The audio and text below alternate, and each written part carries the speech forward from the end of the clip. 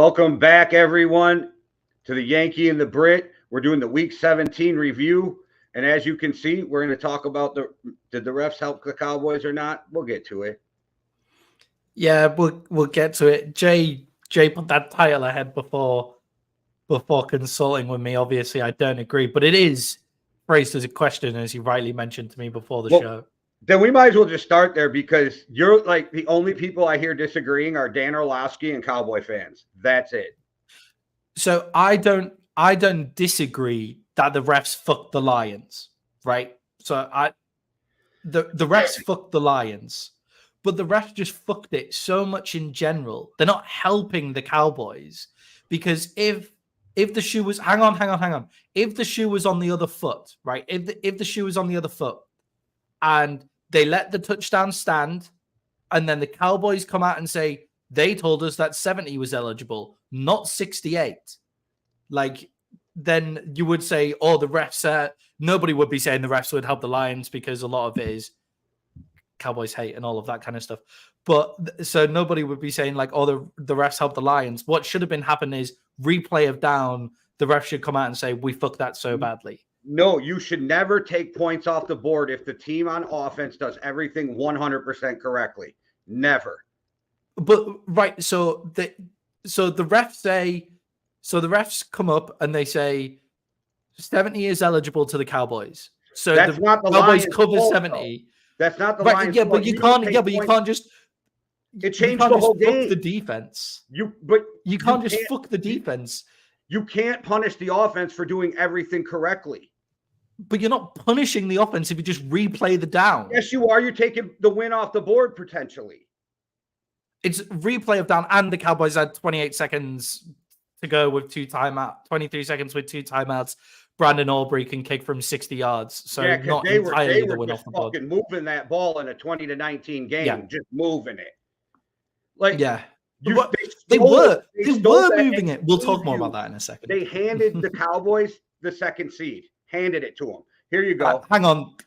The Lions still had 2 more opportunities to score on the 2-point conversion. They also had more than enough opportunity to take it to overtime. And because of their reckless owner, they say, like, because of their reckless head coach, they didn't take the game to overtime, even when they were from 7 yards out. So I'm confused as to where the Lions, where we got handed the seed. We still had to stand on 2 plays. You already stole the win at that point. All the rest of that should never even matter. Right. Okay. We had to hold. I had to hold on 2 plays. Could have drove the ball down with 23 yards. After the Cowboys were moving the ball, by the way, just saying, like the Cowboys were moving the ball in that game. I know it's a 20. They were lighting it up. I know it's a 20-19 game. I know it's a 20-19 game, but there are fumbles and interceptions to think about on the goal line. The Cowboys were moving the ball in that game. The Cowboys had 384 yards of total offense, and the Lions had 420 yards of total offense in a 20-19 game. So they were moving the ball up and down the field. So it's all. Then by your argument, yes, they should have just gave him the points because then you would have drove down and won the game, and then there would be no argument. that's not what I'm saying. Like it should be replay of down. By your argument, that so badly. So by your argument, fuck over the team who already put points on the board, doing everything 100% correct. It's not fucking over the team who already put the points on the board. How is it not fucking them over if they scored and they have to replay it down? They scored on because they did everything 100% correctly. Sorry, I keep on interrupting you. That's something that I really need to stop doing just as a person. So yes, they scored because 68 is totally open in the end zone because the defense was told that he was ineligible. And also, that's the Lions' fault? No, but it's not. But it's not the Cowboys' fault either. But it's not the Cowboys' fault either. So the Cowboys would have been fucked over if the shoe was on the other foot. You go. No. You go. I keep on interrupting you now. Go ahead. You can't just fuck over the defense on that call. But I'm just saying.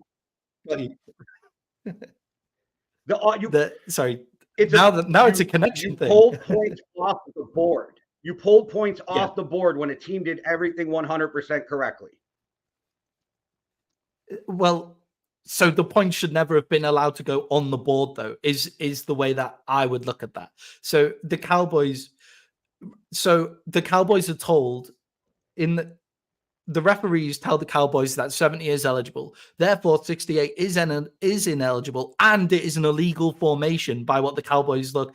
If It's not an 68 then illegal goes down the formation. field, if the Cowboys then go down the field, if the 68 then goes down the field and is called ineligible, is called eligible. It is not an illegal formation, though, because 70 never reported. So 70 was supposed to line up where he did. Yeah. But from the Cowboys' point of view, with what the refs told them, that is there is no reason to cover 68 as he goes down the field. There is no reason to because you've not been told. That's not on eligible. The Lions. And so they got fucked. So in a pass interference, that's a judgment call. We expect there to be fucked up calls, like wrong calls on a pass interference, or even that weird tripping call. That's a judgment call. But when it comes to the mechanics of the game, the offense should never be punished because the refs don't know their job, ever. All the rest of the arguments to me are mute. So the defense should be punished. The defense should be punished because the refs can't do their jobs. The refs fucked up, but it shouldn't be on the Lions that they did everything correctly and scored. To me, the fairest thing to have done, and obviously, it's more of a robbery than the Cowboys. I admit my Cowboys biased in this situation, obviously, but to me, it should be replay of down. The penalty that they got that forced them to go back to the 7-yard line, ridiculous. There's no way it should have been a penalty. The refs fucked up. I think we should invoke a rule that every time the Cowboys score, we replay the down. That's the new rule. But only if there's a total ref fuck up that fucks up the defensive side of the ball, then yes. No, but you're punishing the offense for doing everything correctly. It's not their fault. The refs did this to the Cowboys against the Eagles anyway, where they said that a guy was illegally downfield who was reported when we scored a touchdown. We had to replay the down, and we scored the fucking touchdown anyway. That's a judgment call. That's not a mechanics call. No. He reported, the O-lineman reported, he said he was illegally downfield when he reported as a wide receiver. But they said they shouldn't be punished on that. The offense should never be punished for doing everything correctly. That's it's the most ridiculous thing I ever heard. And I picked the Cowboys to win that game. So then I was cheering for them for my bet. I can't stand that the Lions won the NFC North. So I fucking, for the first time in my life, absolutely hate them. So there is no Lions bias in this. I literally can't believe that the Lions got fucked so bad that it's insane. You can't. They did get fucked. I just want to admit that they did get fucked. But the Cowboys, if the shoe was on the other foot, the Cowboys would have been fucked. If they let it stand, the Cowboys would have been fucked. And then it's oh, okay. But so the Cowboys are just fucked then. So that's fine. That argument is mute to me because the offense should never have points taken off the board because a ref's mechanical mistake, like the lining up of the mechanics. Never should that happen. Yeah. But they never had the points because there was a penalty given straight away. So they never got the points. They did score the points. The points were never allowed. And they took them back off the board because of a penalty that never happened. The penalty flag. Yeah, as soon as the guy touches the ball, the penalty flag. Then they should have blown the play dead. They should have put. They should have. The play was not. They should have blown the play dead. The play was not blown dead, so therefore they did pull the points off the board. Yeah, obviously I've never played American football live or in the NFL. Most importantly, in this sentence, do you not see when the refs are saying to the defense 70 reports eligible? I guess nobody noticed that. The Lions couldn't, even if they wanted to, the Lions couldn't call a timeout there. So that I know, but you just go to the refs and say no. Yeah, you just go to the refs then and say no. 68 reported eligible, not 70. Once you report, are you really as a player? Once you report, are you really listening to the ref? Or are you getting ready for the play in front of you? No, that's what I'm asking. I'm just surprised that nobody noticed beforehand. And the only reason when you're at the stage. You can hear it on the loud. They said it was 70 is because he reported for 4 plays in a row before that. Well, 70 goes over to him, and then they deceive. I'm not on the NFL side with this call either. Or that's them for trying to protect themselves. They both walk up. This is so dumb. They both walked up, and yes, the Lions are trying to be deceitful, but Cynthia got me a book called The Art of Deception, which is an American football book for Christmas. Like, that's the point of offense in the NFL, is to be deceitful. Yes, that's what motion's for. Like, every team runs the same plays. It's what formation do you run them out of? How do you hide it? How do you? So yeah, I get that. I just want to say I do feel sorry for the Lions in this. Like, I do feel sorry for them. I think if the shoe was on the other foot and the points stayed on the board, the Cowboys would also have a legitimate thing to say, you fucked us. It should have been a replay of down. Like, is all I'm saying. Replay the refs are the enemy. Because an offense should never have to replay something they did correctly. But I disagree if the defense has been told, like, what they did was completely illegal. What other play does the offense have to redo if they get it correctly in the NFL and it's okay? Any play where the refs have influence, in my opinion, it should be any play where the refs have influence. Like, I think in the Lamar Jackson game, in the Ravens versus the 49ers, where the ref trips over and stops Lamar Jackson escaping, that should have been a replay of down, not a safety. But that's not a mechanics play either. That's my argument. But that's the refs. But it's just the refs getting in the way of the game. But as the rule stands, they're part of the field, and I get the argument. I don't disagree with what you're saying on that, but I believe that it's not. I believe it's comparing apples to bowling balls, because you're talking about in-game mistakes or judgment calls compared to a pre-snap mechanics. That should never. Look, where I get upset about it with the world in the media is people blaming the Cowboys for this, right? Saying, oh, the Cowboys got it because they get the second seed and we want the Cowboys to get this and we want the Cowboys to get that. It's one of the few times in my life it felt rigged to me. I don't think it was rigged. I think it was just shit. I'm not saying it's rigged. I'm saying it's the first time it really felt rigged to me. Yeah, I just think that the refs made a fucking terrible call. Like, it was awful. Like, I think we can agree on both sides that the refs fucked that entirely.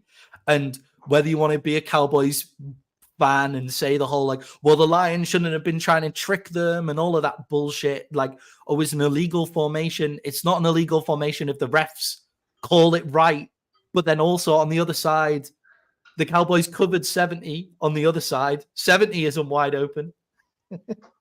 68 is because hand of argument, but I will fight the mechanics part until the day I die. The league is an offensive league. It's set up for the offense to succeed. It's set up for the defense to fail. Yeah. And then again, that makes it even worse. What makes it the worst of all is it fucks up the whole playoff seeding. And now I truly feel a team that didn't deserve a home game is getting one. Yeah, I don't know about that. And there's other reasons. So let's go into the actual game breakdown now. If you guys win Sunday and somehow the Lions or the Philly fucks up and loses, it'll throw this whole argument out the window. But I doubt that happens. Yeah, I mean, Philly have been awful since they're going to Thanksgiving. Might also be another. I mean, the Giants. Reason to say it. Yeah, probably. So let's actually talk about the game, like the actual game itself, like rather than just that. Like, I fucking barely remember the game because of that last drive. Yeah, because of that one play. Well, no, because like 3 plays before that, it might have been 2, it might have been 5. There was that awful pass interference that wasn't called. The only reason that's not talked about is because the Lions convert the play after. Also, I watched the game and I really feel like they just let the fucking Cowboys DBs molest the receivers of the Lions the whole game.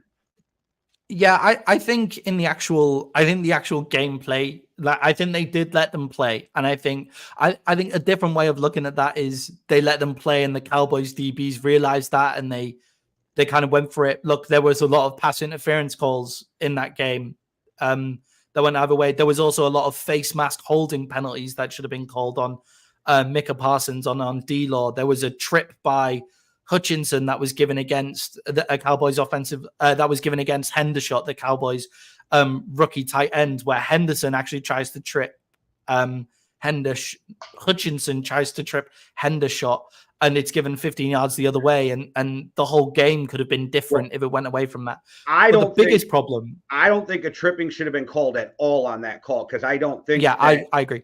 I don't think that was the most blatant tripping you've seen in the NFL by either side. Like, you know what I mean? Like, I couldn't even believe the flag was thrown.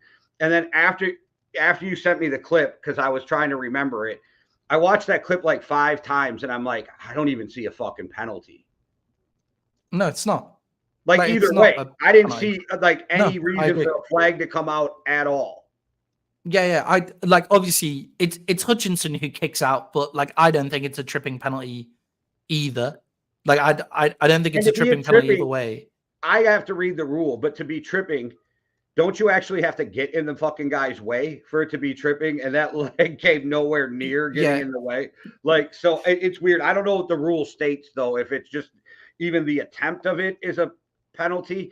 And I also watched a play where they picked up a flag because the holding happened in a place that wouldn't affect the play, which isn't the worst idea, but that's not how the rules are written. So it really bothered me that you would pick up a flag in this game, but in another game that wouldn't happen.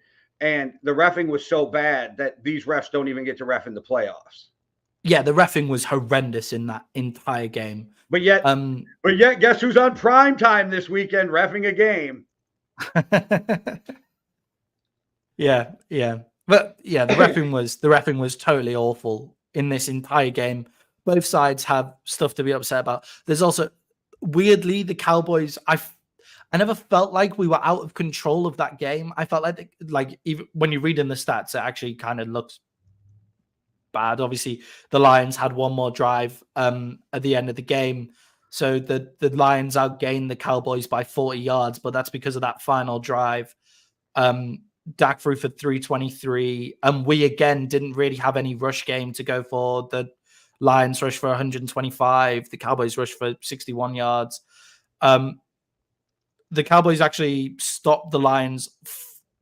The Lions only made third down conversions, 4 out of the 13 third down conversions.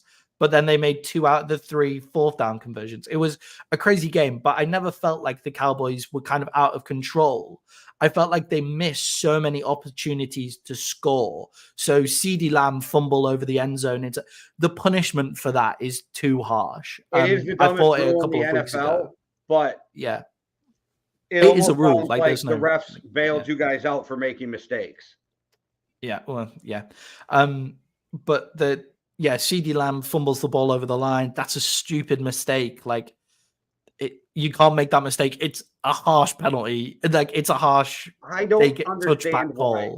I don't understand why anywhere else on the field, if you fumble the ball out of bounds, the ball goes back to where the spot it was fumbled, except if you fumble out the back of the end zone, on the end zone you're trying to score on, which is the dumbest fucking thing. And it's the biggest penalty you can think of, because you're literally ready to put 6 points on the board and they're like, no, the other team gets the ball at the 20.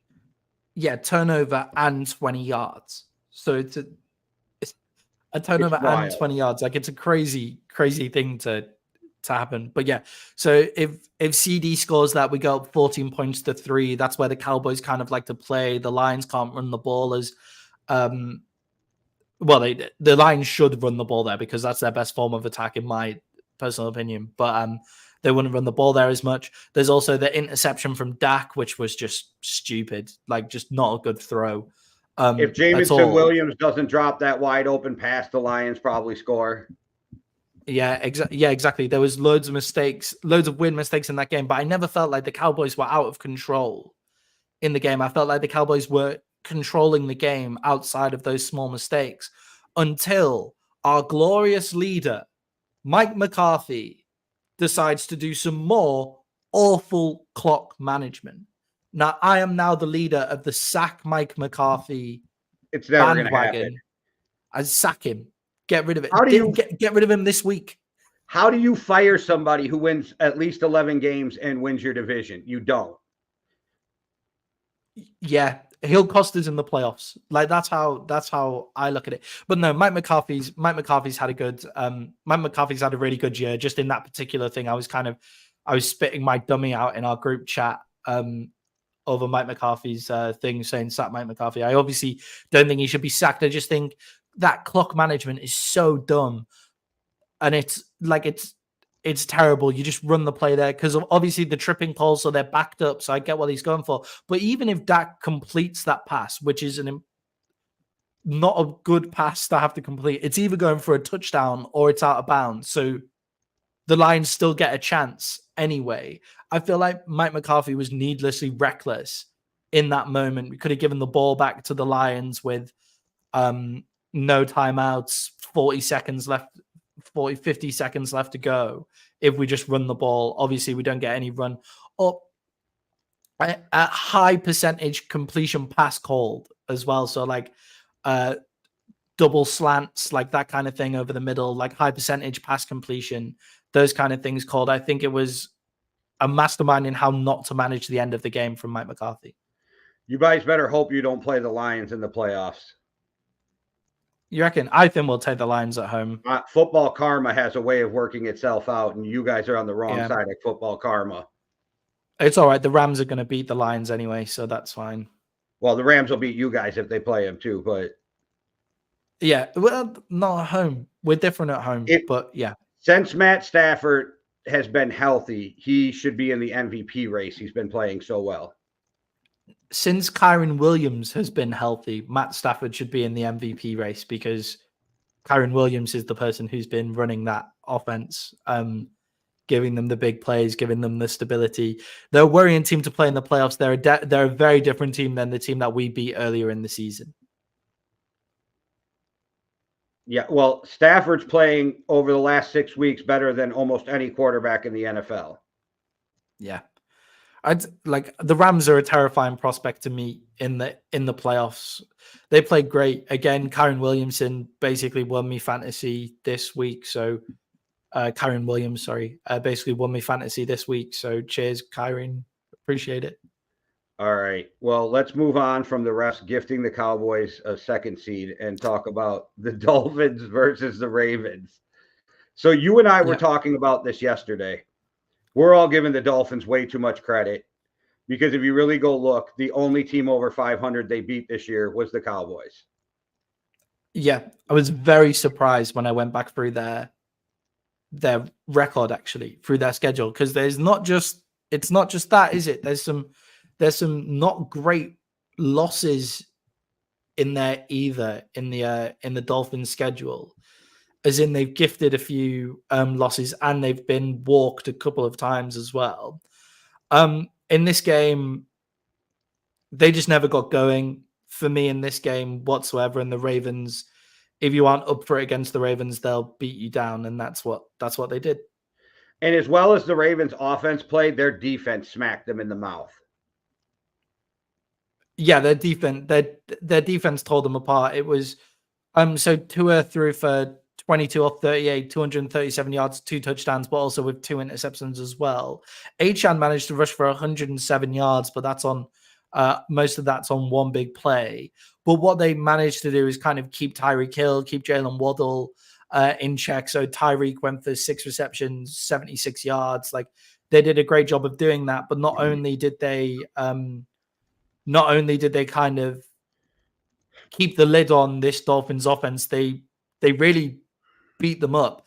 And then whenever Lamar Jackson got the ball, it was a masterclass in how to conservatively make your way down the field. He only had 21 dropbacks, completed 18, managed to throw for 321 yards and 5 touchdowns, which is incredible on 21 attempts. And the Dolphins are really fucked because Chubb's done. Yeah. The Ravens are kind of like the 49ers of last year. The game? Yeah, when you're 56-19 down, what's the point? There's no reason. That's my biggest question is why is Chubb still in the game at that point? Yeah, I think that's maybe Mike McDaniel showing a little bit of inexperience there, which is very, very understandable with a young coaching staff. So But yeah, a little bit of an experience in that spot from Mike McDaniels. The Ravens looked excellent though. Like as bad as the Dolphins looked at points, I think the Ravens just make you look bad. They basically ruined Brock Purdy's MVP chat like in one game. Like because nobody's going to be able to watch that Brock Purdy game out of their mind when they're going and voting for the MVP. The Ravens make you just look bad. Yeah, Lamar locked up his second MVP. Yeah, so I disagreed with you. We don't normally talk a lot about football itself and the takes that we're going to have on the show beforehand. No, we just argue about shit when we're not on the show. We decide to do the stupidest arguments, like just take random stances just because I fancy it a lot of the time. Who has more famous people, the U.S. or England? That was a weird one. I did say per capita at the start of that argument. Which is the most British answer you could get because you guys are like the size of Manhattan.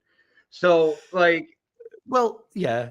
67 people. 67 million people on the size of Manhattan. We could kind of take New York versus the UK and... Yeah, let's do that. That sounds fun.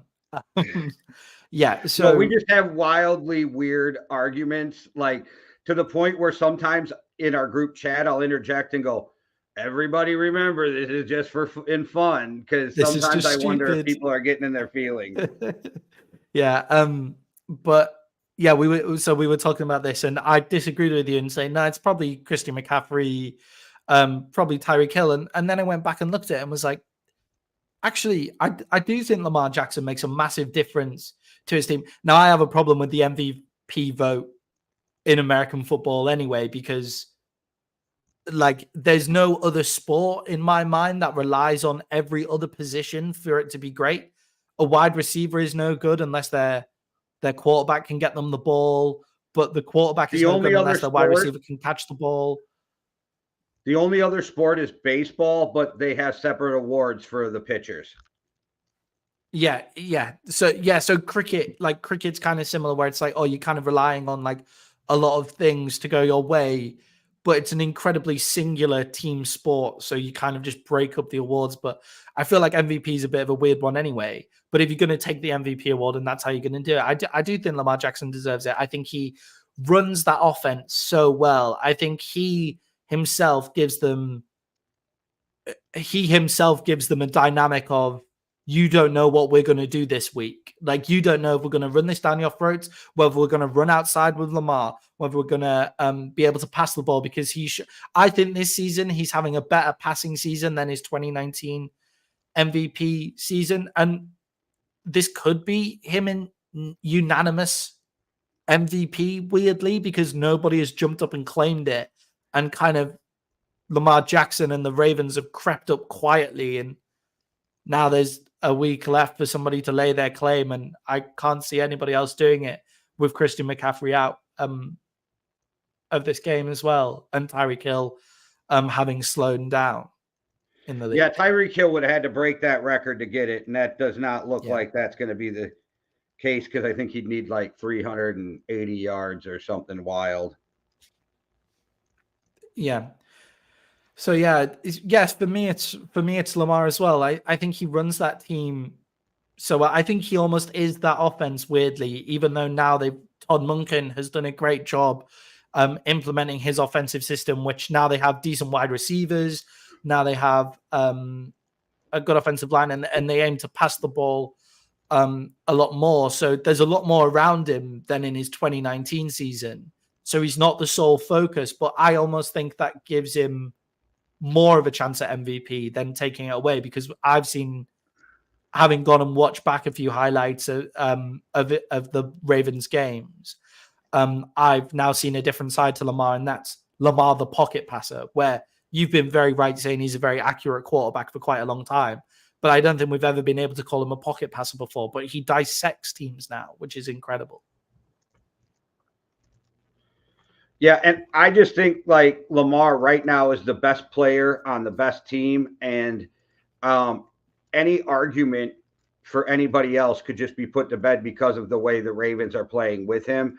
Because like you and I were talking, and I'm not totally against Christian McCaffrey, But does Christian McCaffrey, or I think the 49ers still win games with Mitchell, a ton of them, where I don't think the Ravens win without Lamar. Yeah, or even somebody like imagine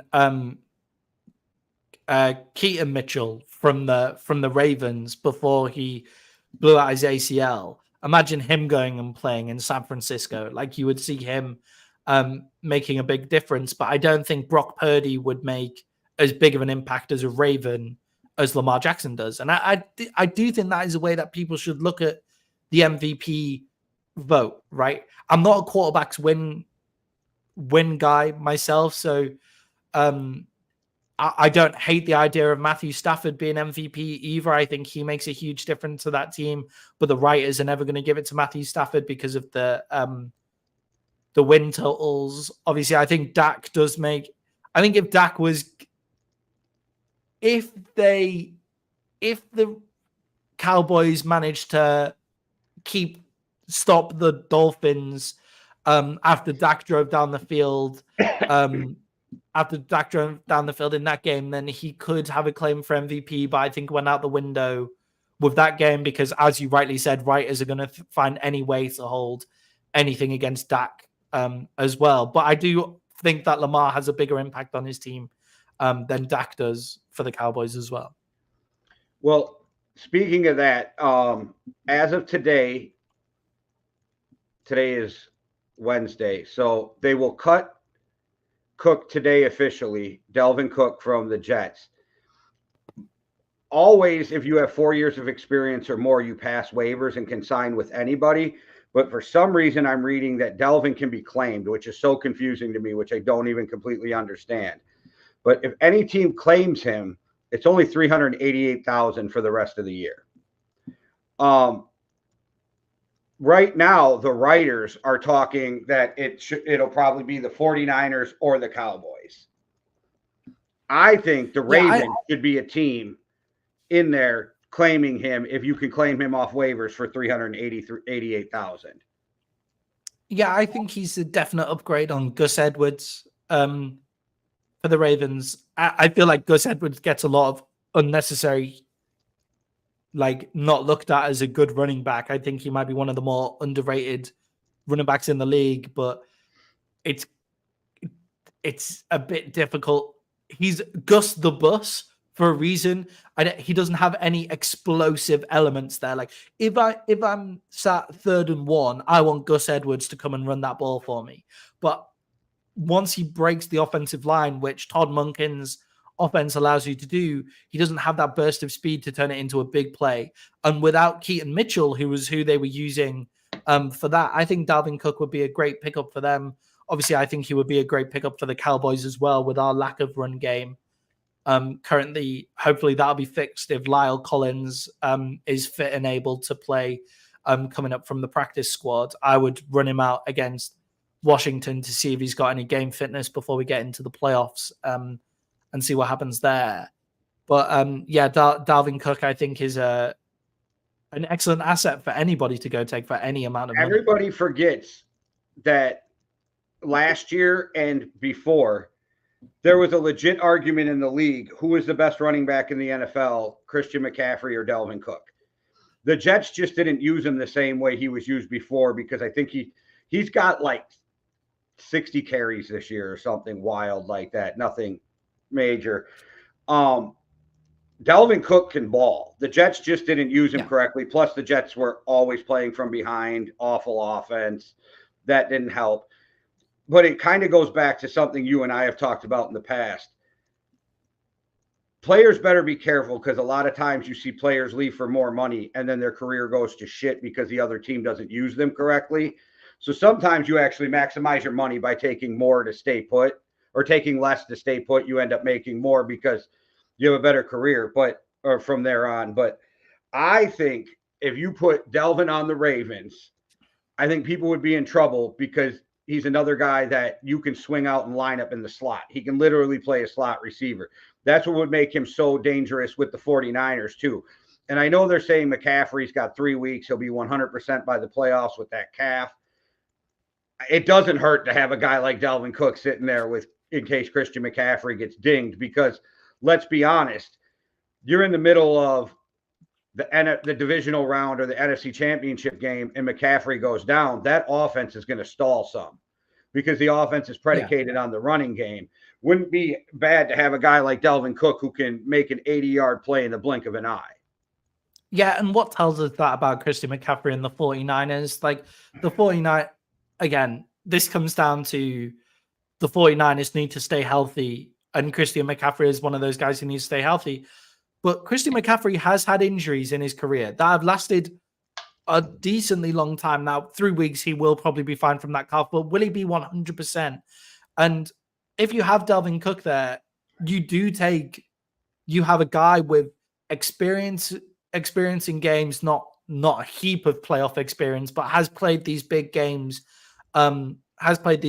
before, and a guy who is a vet and is secure and has something to prove. So Christian McCaffrey doesn't have to be the smoke show Christian McCaffrey that he is if you also have Dalvin Cook as well. Look, if there are two teams that I don't want Dalvin Cook to go to, it's the 49ers and the Philadelphia Eagles.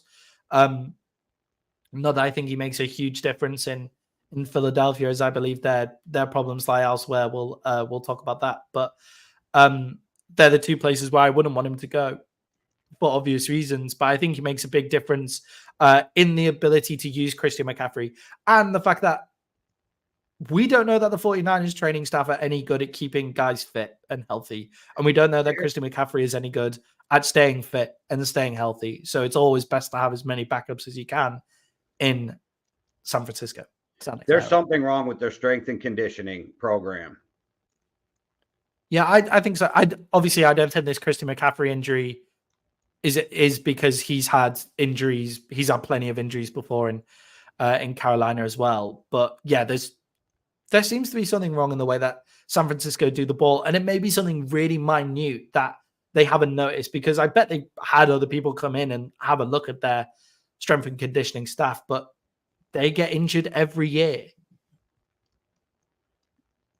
Yes, that's the thing. It's not just one single season. They're always fighting injury battles every year. Every year, multiple positions.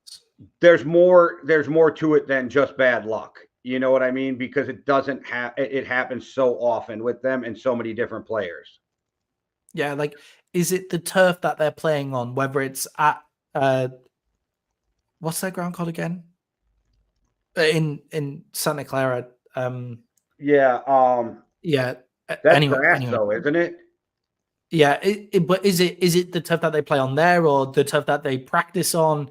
Is it the stretching that they do before something as simple as that? But you would imagine that's the same kind of everywhere. Is it just they don't have somebody in the building that has the knowledge that, because a lot of the guys for the 49ers kind of get injured and come back quite quickly? Do they kind of force players to, they get injured, they come back quite quickly, and then they get injured for a longer period of time? Like a guy like Trent Williams, for example, do they have this ethos of, like, we need to win every regular season game, and we don't need to just win every regular season game, we need to destroy people, like we play hard-nosed football? Is it Shanahan who sets these too high standards and they need to get players back too quickly?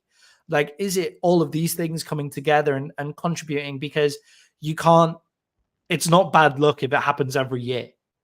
Or do they hire people with injury problems? That might be an also big issue. Yeah, well, it's going to be an interesting playoffs, but I know that there was a couple teams you wanted to talk about before we move on to some draft orders and playoffs. So let's talk about those Buffalo Bills. Yeah, the Buffalo Bills win against the Patriots. So it's in the realm for me of the Eagles wins earlier on in the season, where it's like, oh yeah, they've won another game. Like, you were they've won an another Eagles game. Hater. I know, man. I'm so sorry. I need to stop. It's so biased. It then just completely takes away anything I have to say about the Eagles, like, later on. I can't help myself.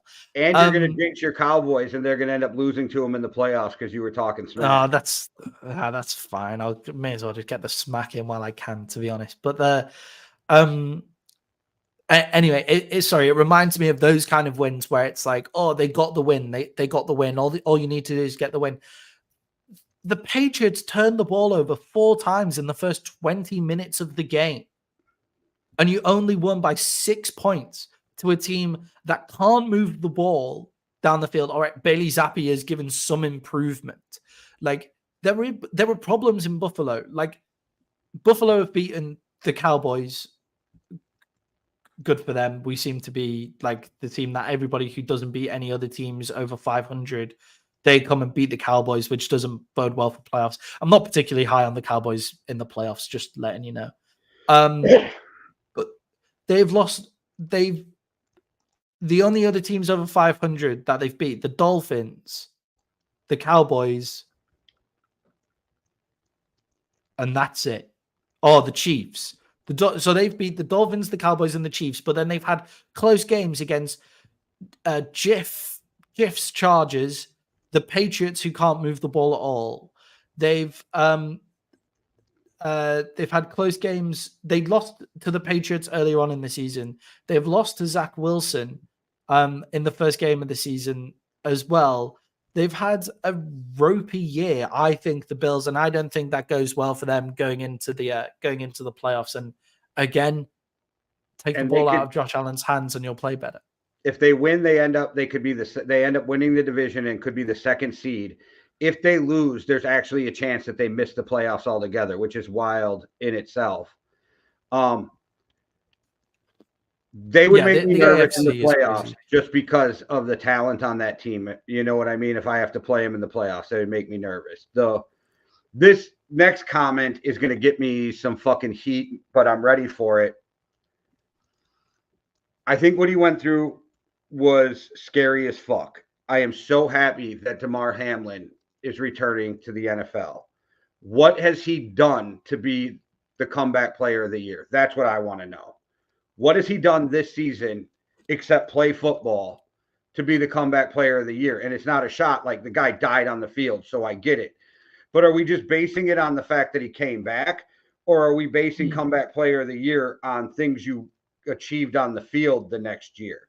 Because if that's the argument, then it's Joe Flacco, hands down. I don't even know why we're having this discussion, because I think he's got too small of a sample size, but part of me almost wants to give him the MVP. Joe Flacco. Like, I don't hate that. Fucking amazing. If you just did the last 6 games, Joe Flacco is the MVP of the NFL. Yeah, the difference of and as well, the most valuable player to their team, the difference that Joe Flacco makes from coming into the Browns. They're an ailing team who look like they might miss the playoffs with one of the best defenses that's been assembled in the league.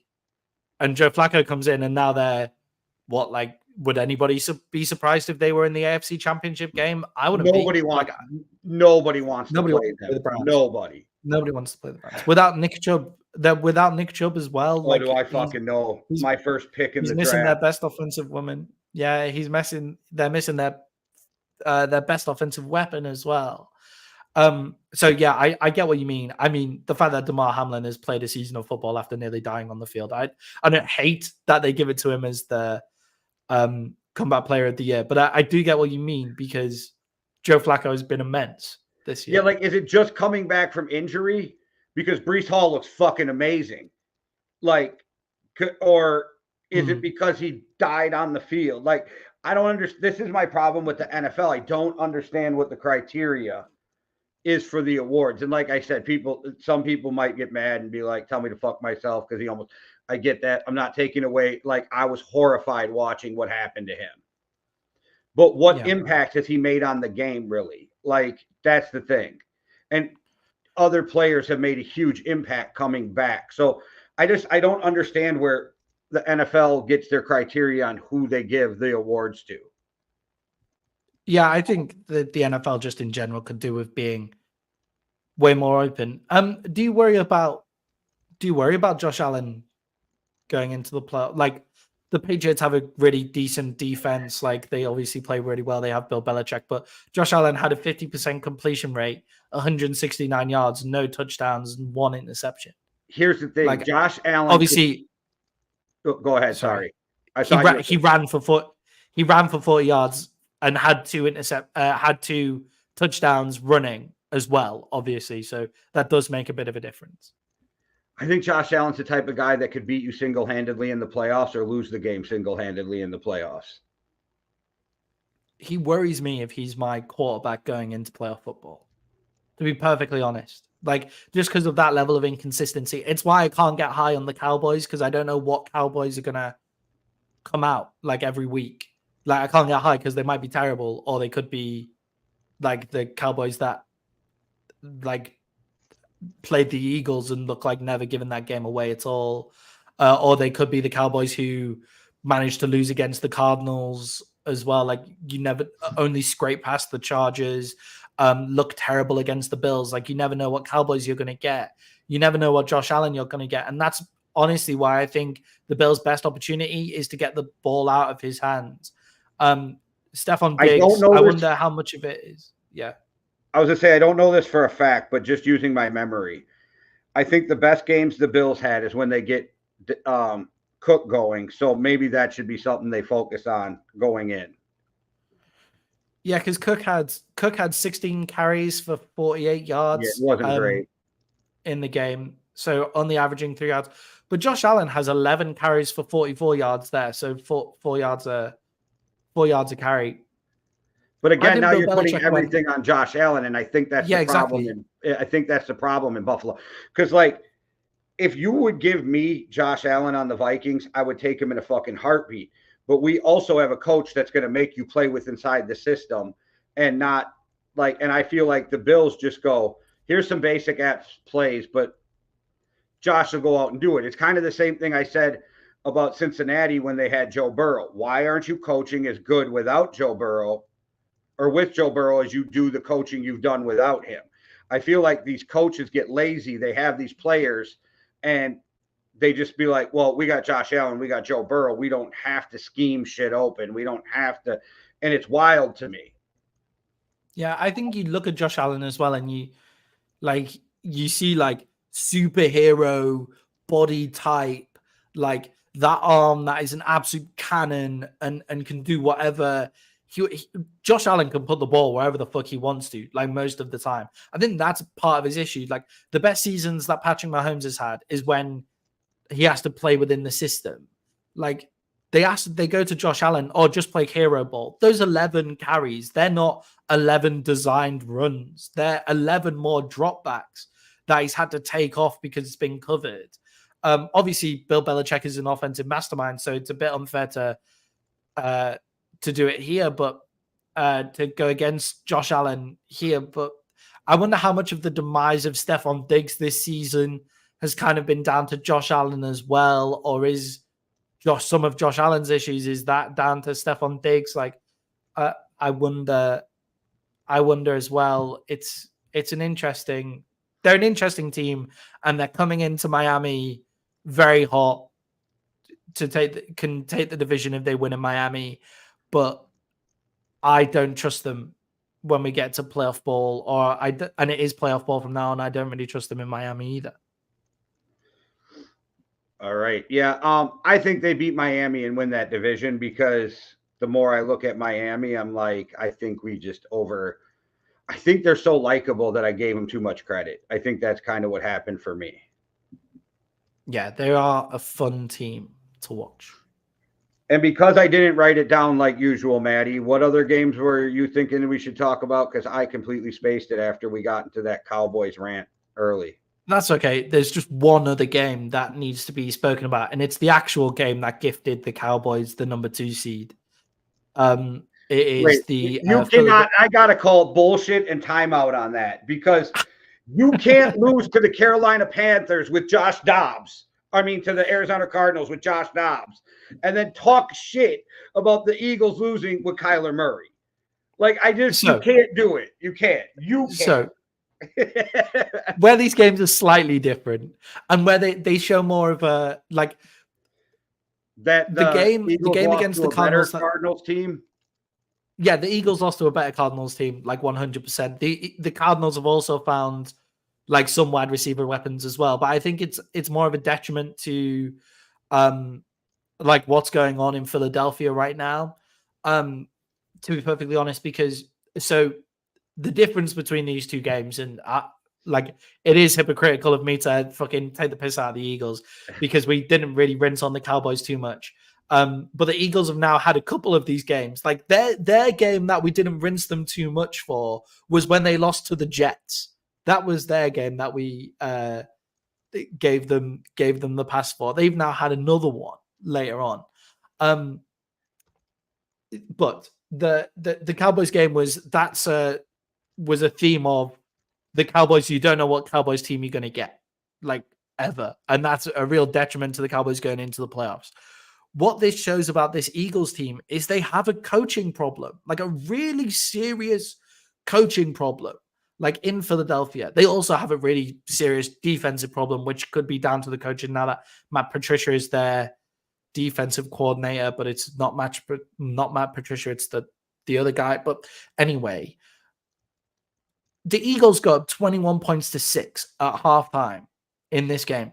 They're playing against the Arizona Cardinals. They're going at halftime, 21 points to 6.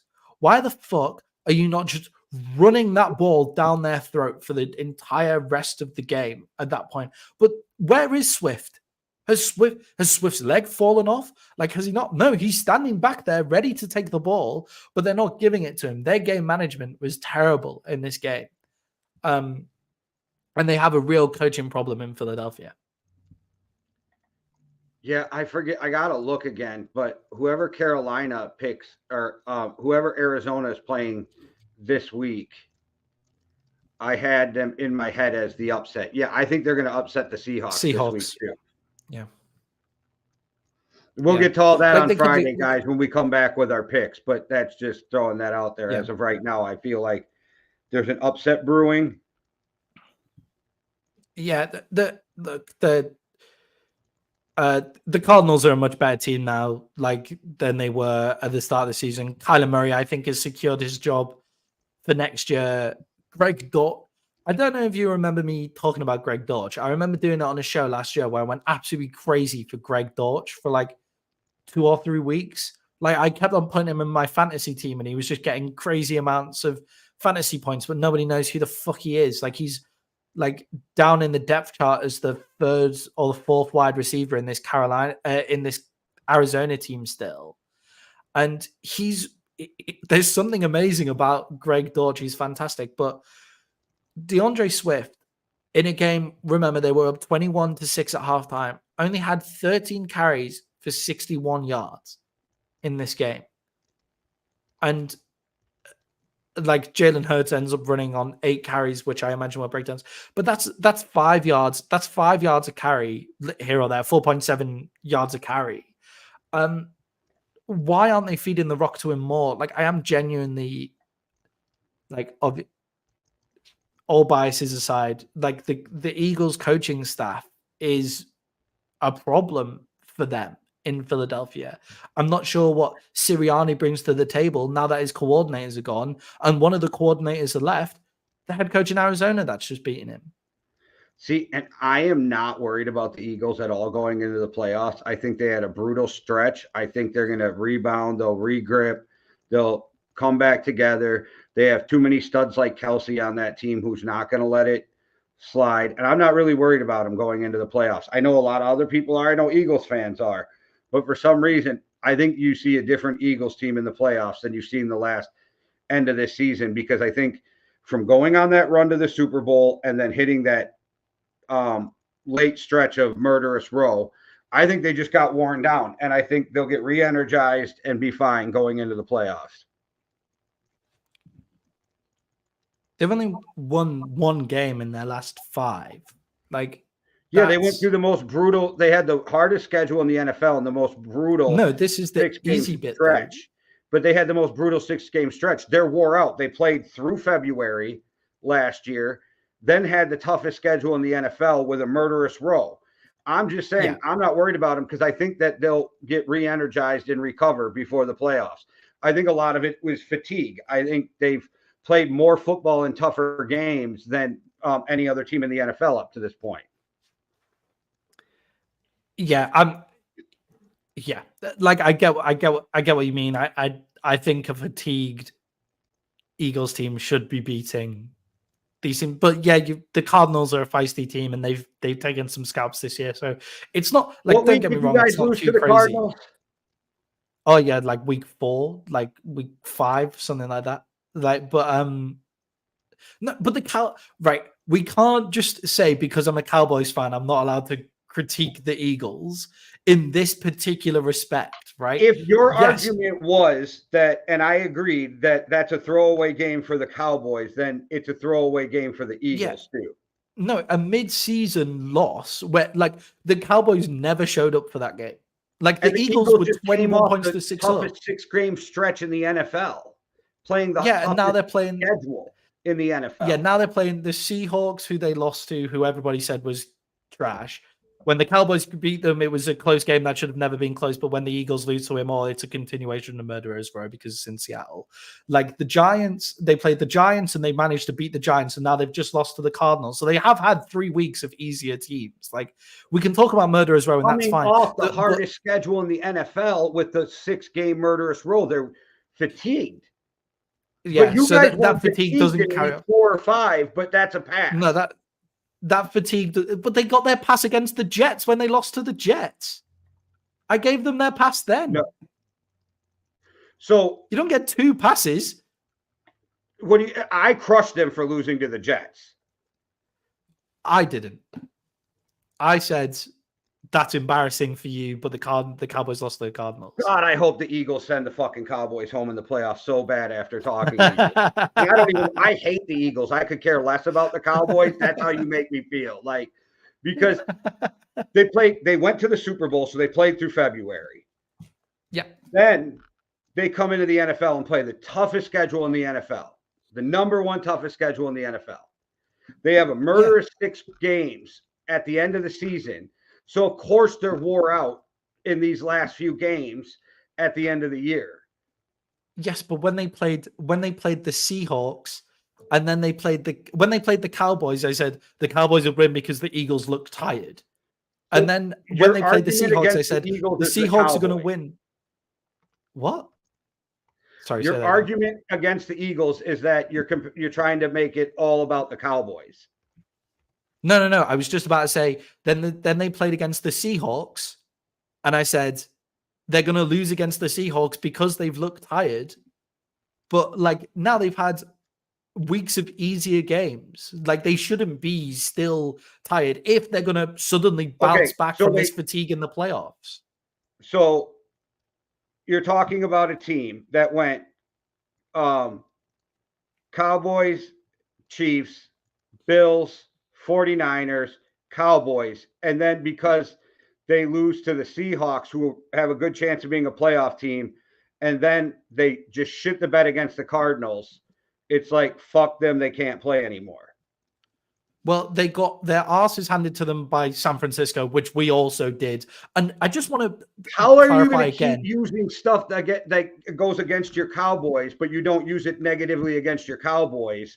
Against the Eagles. I did use it negatively. I keep on saying so then I the Cowboys like the Cowboys in the playoffs win a playoff game. Like, so you think the Cowboys are just as shit as you're saying the Eagles are? Well, the Cowboys get to play at home. The Cowboys are much better at home, and the Eagles have to go. Well, they get to play at home. I think the Eagles are going to beat Tampa. Them a game, but yeah, but I think the Eagles are going to play against Tampa, and they'll go to Tampa, and I think they'll beat them. Like I think they'll also win a playoff game. I'm not saying that. I'm just worried about them, and I think they have a coaching issue. Like I think their game management is terrible. For the same things that happened to the Cowboys, but you don't dunk on the Cowboys for it.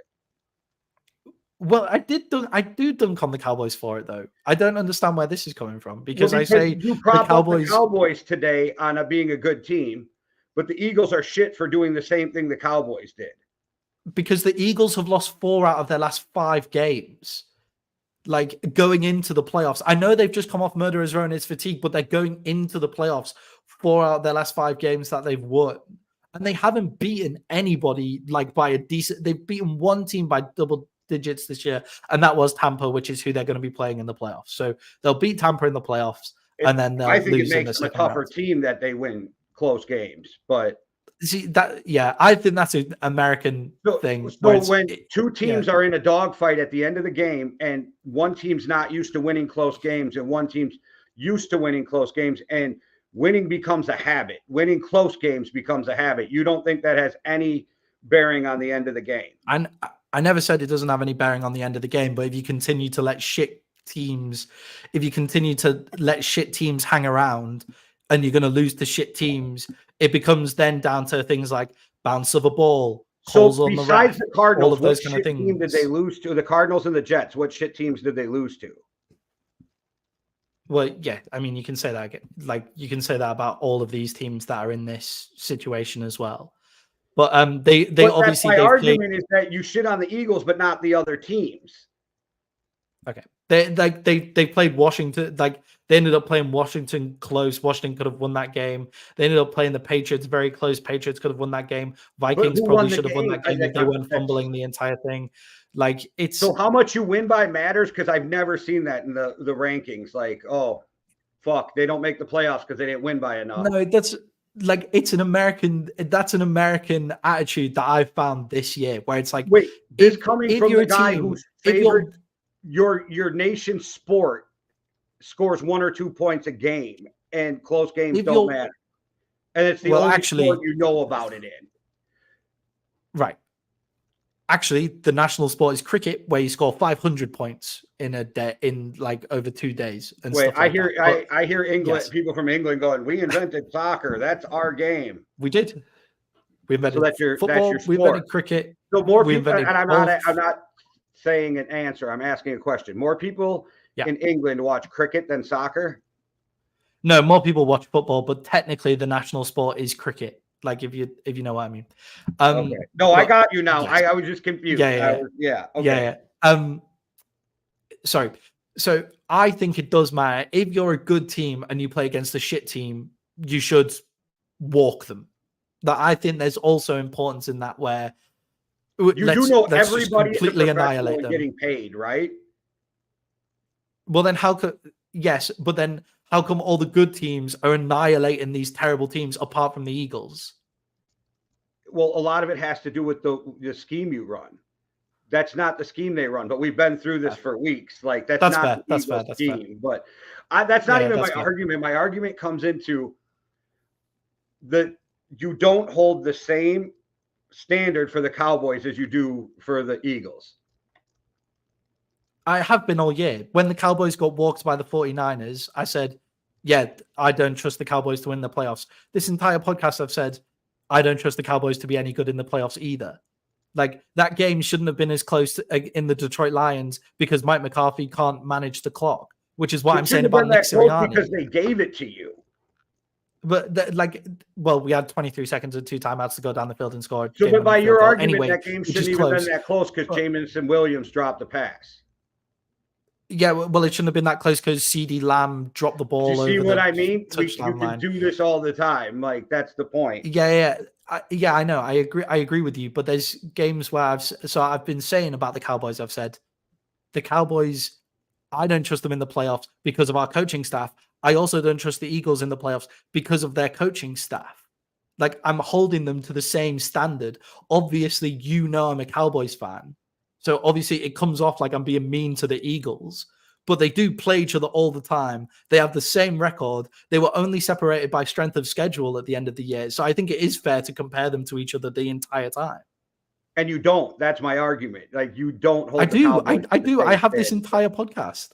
I have this entire podcast in this entire week. I think you should go back and watch it when we're done. Maybe I'm, and I'll do it too. Maybe I'm looking at it wrong, but the way you come at them for losing to the Cardinals is baffling to me because you guys lost to the Cardinals, and I would argue they lost to a better Cardinals team than you did.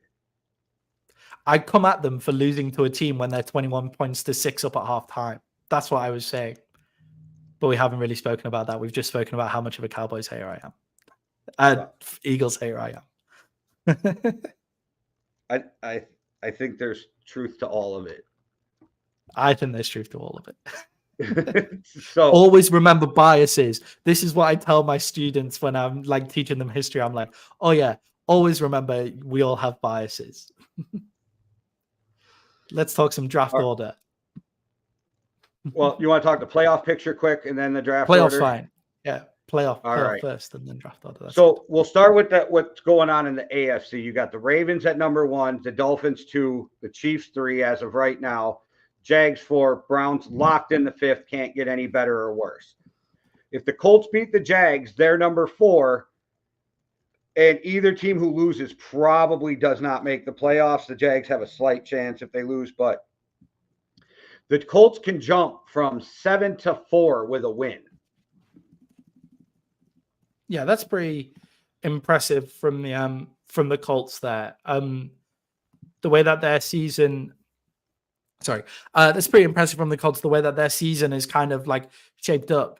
With losing Anthony Richardson early, like Gardner Minshew showing I don't understand how people don't think he's a starting quarterback in the NFL. There's not as many good quarterbacks as we think there are in the NFL. I'd say Gardner Minshew is probably 20th and I lied, quarterback by the way. in the NFL. My bad. The Jags, Texans, and the Colts are all 9-7, and the Texans and the Colts actually play, and the Jags play the Titans. So all 3 teams have a shot at the playoffs. I fucked that up. My bad. That's okay. Yeah, so the AFC South has been a crazy division this year. Like, who would have thought that all 3 of them are kind of jostling for a position to get in? The Texans are a 53% favorite to get into the playoffs. The Colts 46, the Jags 73% to kind of get in. Obviously, I do think the Jags get the job done against Tennessee, and then it's whoever wins against the Texans and between the Texans and the Colts, who makes it through, pretty much. So and yeah, I think that's a great season for both teams in the AFC South. For some reason, I think I have to look at the schedules, but one of the teams, the Colts or the Texans, win. They win the division even over the Jags because of the strength of schedule and all of those tiebreakers. Even though the Jags are 4th, I think the Jags will still make the playoffs. But I think it's the Texans. If the Texans win, they can jump them to win the division. Yeah, because the Texans have them in head-to-head as well.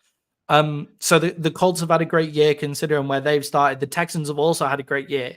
That win with Case Keenum, was it against the Bengals when CJ Stroud went down? That looks even more important now. That's the kind of winning culture that you want to foster in a franchise that has not been successful for a little while now, has been one of the laughingstocks of the divisions for the past few years for how they've dealt with the Deshaun Watson trade.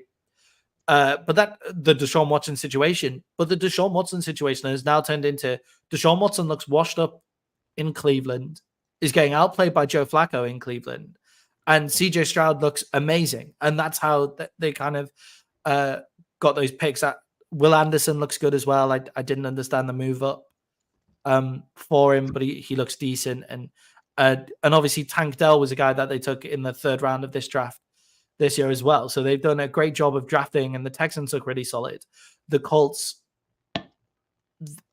I didn't expect anything from them this season. I thought they'd be awful. And especially once Anthony Richardson went down, I kind of lost total interest in them.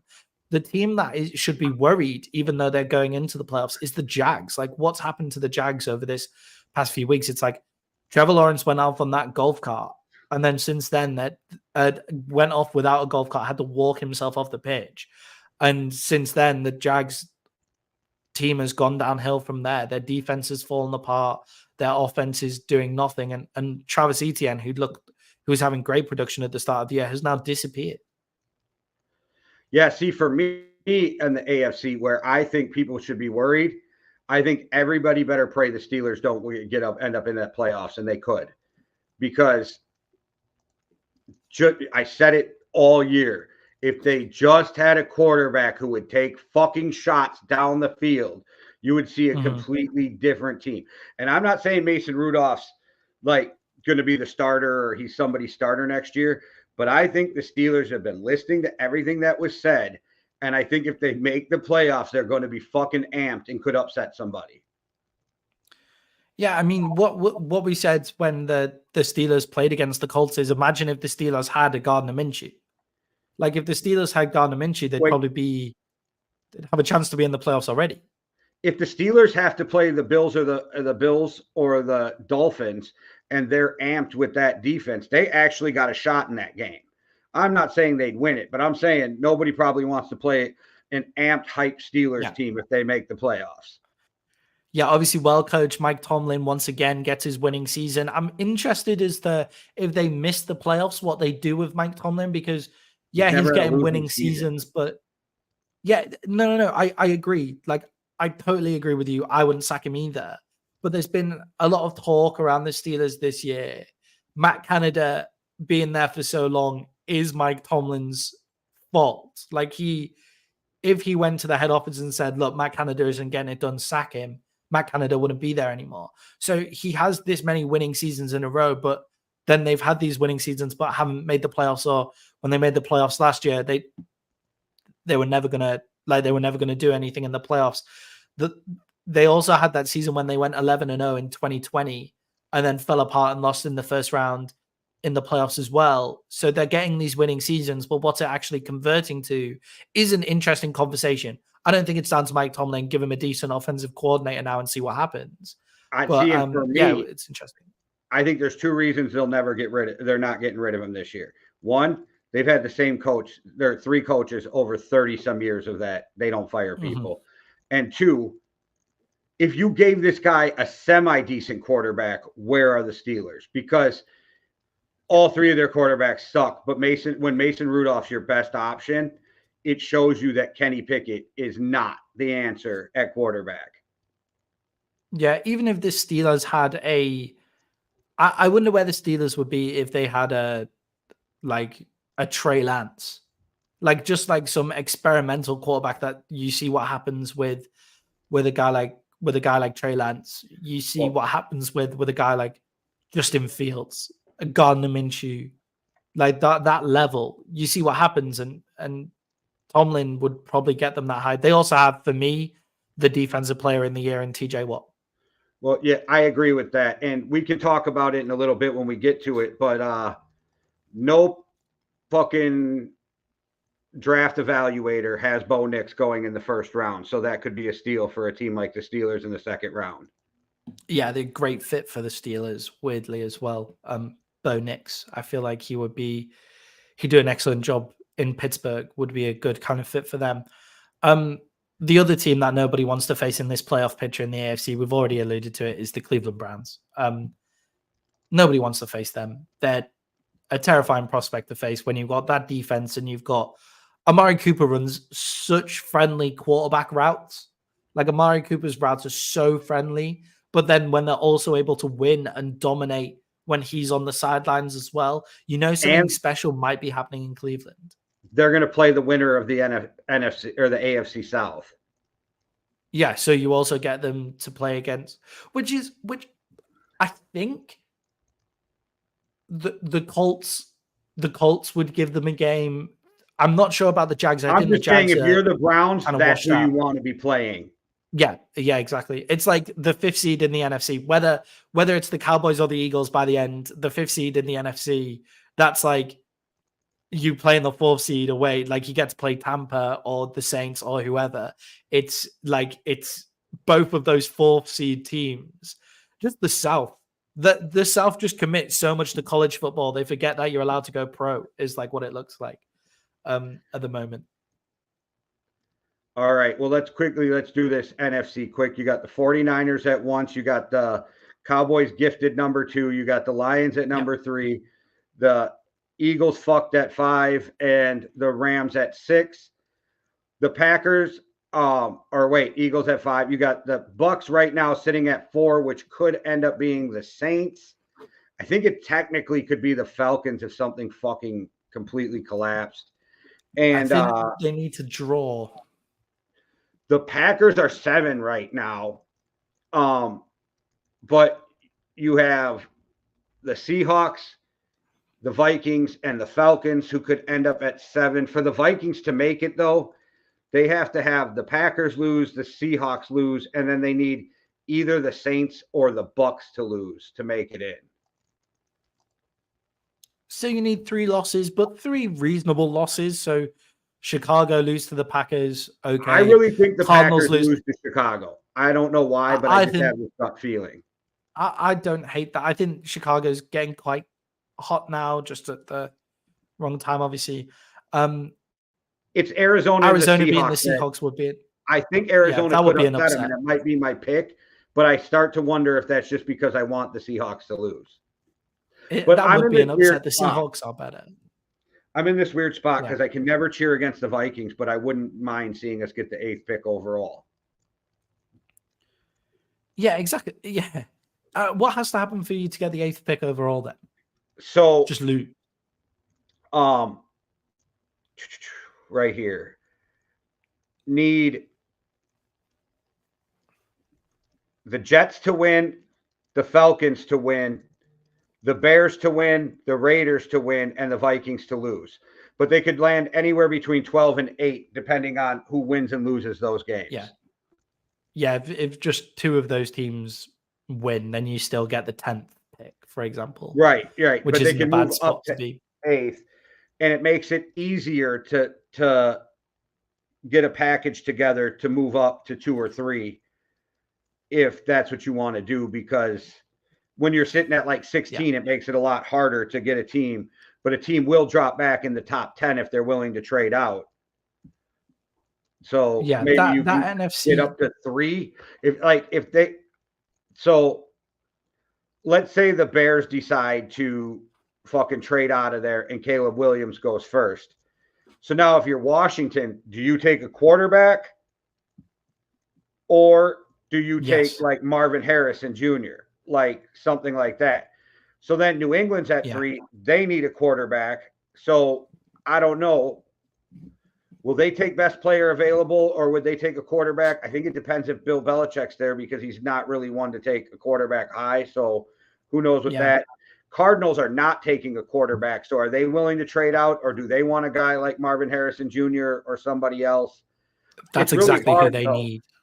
Because if you look at it, this is just me personally, the Bears, Commanders, New England, the Giants, the well, maybe not the Jets because of what's going on with Rodgers, and the Falcons are all in the top 9, and the Raiders top 11. They all need quarterbacks. Yeah, I mean, chances are if you're there, then you need quarterbacks. I have a weird feeling that the Bears are going to trade out of that pick and I hope leverage it for more picks. Pray. Stick with Justin Fields forever. Yeah, I feel like they might with the noise coming out of Chicago, and Chicago has quite a weak ownership. They'll never make it to the playoffs with Justin Fields. Yeah, I agree with you. He can't win from Justin Fields looks decent when everything goes right. But he only looks decent when everything goes right. And he looks terrible when anything goes wrong. I still think there's a place for Justin Fields in the NFL. He isn't receiver, the 33rd worst running back, tight end. That's where all former quarterbacks end up. No, I personally think Justin Fields in Atlanta would be an interesting move and that kind of thing. They're saying it would take a second or a third to get Fields if you traded for him. Yeah, I think. Do you know what? A second and a third, or a second or a third. See, I think a second or a third is what they're saying. They think you could get him for. Yeah. I think a third's too much for him, but okay. I think it's worth a punt if you're certain teams. You might as well just sign Josh Dobbs. Yeah, do it, but do them both. They'll both be. If you manage to get Justin Fields, you'll be able to get Josh Dobbs on the free agency wire as well. But I have a weird feeling that because Bears Sport Radio, I listened to a few. It's been cold in Riga, man, so I've had a lot of time in the house. But I listened to some YouTuber stuff from Chicago Bears radio presenters talking about Justin Fields as if he's amazing. And I weirdly think the Bears ownership listened to that kind of stuff. I think the Bears ownership is quite weak. And that's a sign of really poor ownership if you're letting the media decide who your quarterback's going to be. Especially if it's fire everyone. Yeah, I think they should fire everyone. If you're going to do this, you just need to get rid of everybody. But if they do want to keep Justin Fields, You owe it to Justin Fields to get him a better offensive system around him than whatever Matt Eberflus is putting down. When did Peter King become one of the dumbest people in football prognosticating ever? Yeah, since he started talking to Florio. Because he just did a whole thing on how the Bears have to keep Justin Fields. And I'm like, I fucking pray. Because you can get so much for the first pick. That doesn't do you any good if you don't have a quarterback. Yeah, he can't play from behind. What'll be an interesting move is if they really leverage all these picks, like they really, really go for this, right? Interesting move for the Patriots as well. You trade Fields for a second or a third or whatever you can get for him. You get rid of Fields. You also trade out of the number 1 pick. Like you trade out. You then call Russell Wilson and get Russell Wilson as your bridge quarterback. And then you take Bo Nix at the end of the first or wherever you've ended up in the first round. Because there are so many quarterbacks. You can have Penix. You can have Nix at some point in the first round. Vegas had me pissed off this week because betting lines has the number 1 place for Russell Wilson to land is Minnesota. I think don't ever say that again to me. Yeah, a lot of chat coming out of New England that he's going to be there. If Bill Belichick is there next year, Russell Wilson will be there next year. Well, speaking of the quarterbacks, so the talking heads right now have it Caleb Williams, Jalen Daniels, some may, but most of them now are going to Jalen Daniels, and Drake May being the only guaranteed first rounders is what I'm seeing. And some of them have J.J. McCarthy sneaking into the first round, which is wild to me because they're still talking Bo Nix and Penix in the second round to third. But I'm like, Penix is going to be one of those guys who sneaks up the draft board, especially after the way he played in the playoff game. And now he's going to the national championship against Michigan, unless he just shits the bed against Michigan. But I do get that a lot of them don't have Penix in the first round because when he was at Indiana, he did tear up his ACL twice. Yeah, and his age, like Penix is a little older, but actually, I don't understand why that's such a problem. Let me find this quick. It's wild. There's a few. Did you send me this? There's a few quarterbacks who are Penix is older than in the NFL right now, right? But Joe Burrow, quarterbacks coming out this year are older. That was the thing. Like every one of them. Yeah. Apart from Williams, who is 22, and Drake May, who's 22 as well. But it's the COVID extension years, isn't it? Here it is. So, yeah. Bo Nix, 24. Penix, 24. Jaden Daniels, 23. Williams, 22. Drake May, 22. NFL starting quarterbacks next season. Richardson, 22. Stroud, 22. Bryce Young, 23. Trevor Lawrence, 24. Justin Fields, 25. Yeah, I think CJ Stroud and Anthony Richardson came out last year because it was like a lower level quarterback class. Trevor Lawrence feels like he's been in the league way too long to only be 24. Yeah, so Trevor Lawrence is the same age as Penix, right? Yep. Which is fascinating. Bo Nix, too. To me. 24. Bo Nix as well. Yeah, Penix feels older than Bo Nix, weirdly. I know he's not, but he just feels older. But I don't think that's a bad thing in the NFL. Like, guys coming out a bit older. Like, terrible for running backs.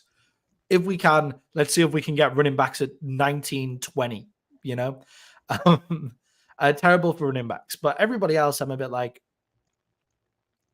especially quarterbacks, that extra bit of development, that extra bit of age gives them the skills that they need when they get to the pros to deal with coming up to the pros, being the face of the organization. Like, I'm a totally different guy between the ages of 22 and 24 in my responsibilities and the way that I am and those kind of things.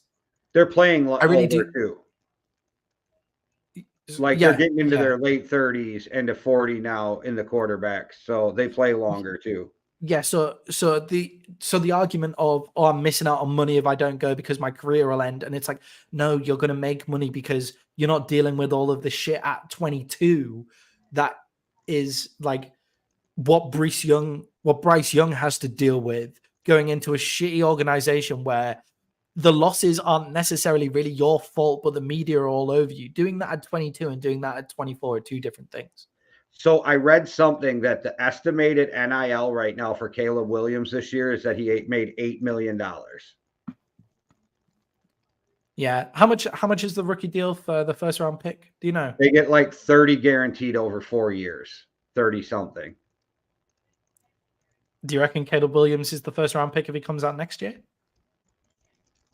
Like not this year coming, like the year after. Probably, I don't even think he should be the first overall pick this year. Yeah. Yeah, because I think I want to know how much of it is poor USC O-line, because I have looked and I'm not sure how much of it is that, but it was worse the year before. If you look at him, like he's at USC with all these amazing athletes, like some of the best receivers and he tears up bad defenses. But as soon as they play a good defense, he shits the bed. And I'm like, I'm not saying the kid can't play. I'm just saying I don't think that he's better than Jaden Daniels. And the fact that they're gonna it's already everybody's like, lock it up, he's the first overall pick. I'm like, that's wild. It's wild that they just think that, because to me, it's just me, Jaden Daniels is a more accurate Lamar Jackson. Yeah, I was wrong on Young last year because I was too into like the crazy playmaking skills that you have outside of the pocket. What makes you I think best he's in the NFL? In a bad situation too. I know he's in a really bad situation, but CJ Stroud, that situation at Houston turned out to be a good situation, but CJ Stroud is playing way better than him right now. He is, but look at that offensive line too. The Texans have a top offensive line. They have weapons, and they have a defense. Like Bryce Young is just getting fucking murdered. And he has exactly. Yeah, he's getting absolutely annihilated. And also there's the problem of like, he's quite a little guy, so he's going to need more help in the offensive line. If the Panthers have completely leveraged their future, but the Panthers need to hit free agency hard for offensive linemen to keep their future alive. Like all of their draft picks are behind this offensive line. We traded Ezra Cleveland, who was a starting left guard, to the Jags for a 6. Why weren't the Panthers on the phone with us? Yeah. Because we would have gave it to the Panthers for a 6 before the Jags, just because the Panthers have the worst. So that would have been the first pick in the 6th round. You know, like you could have used the same round and got the same guy, because if you're the Vikings, you're definitely going to give it to the worst team because the draft pick's going to be better. Yeah, Lyle Collins, who's started at left guard and right tackle for the Cowboys and the Bengals until he blew his ACL out. There's 2 guys you could have upgraded with right there without having to use a draft pick. Because you could have, like, obviously Collins probably wants to come to the Cowboys over the Panthers, but do you not think if you just pushed a big enough thing of money, which they have the cap space now, the Panthers, like if you pushed a big enough thing of money in front of him, that would be fine. And in his world, you could still do that next year because he's just a practice squad guy. So that means that he doesn't have a long-term deal. So he's going to hit the free agency market after this run with the Cowboys, and maybe you come to him and just be like, here's some more money than anybody else's, because you're going to have to overpay for some of these people. But the good thing about that is you're got a bunch of people on rookie deals or young players still on their rookie deal. You can overpay some guys for the next couple years until you get better.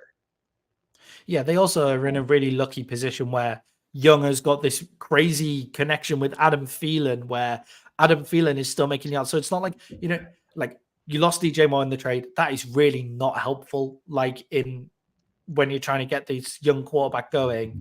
But Adam Thielen has kind of stepped into that role. So at least you have a trusted wide receiver.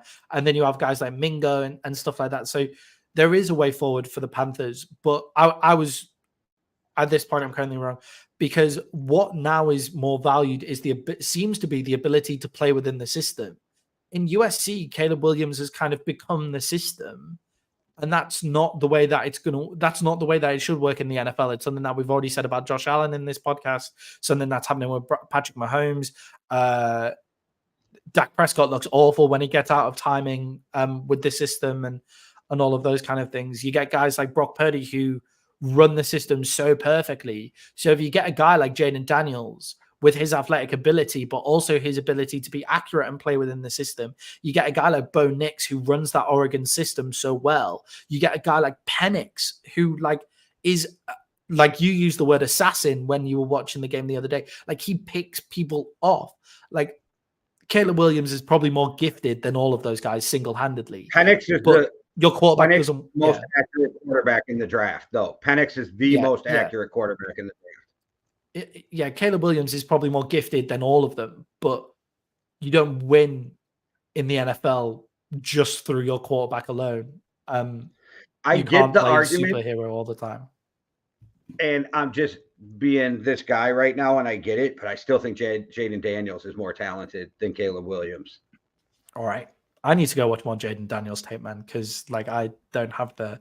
He's super accurate. He reads defenses really fast, and that fucking guy is the most athletic guy in the draft this year. Yeah.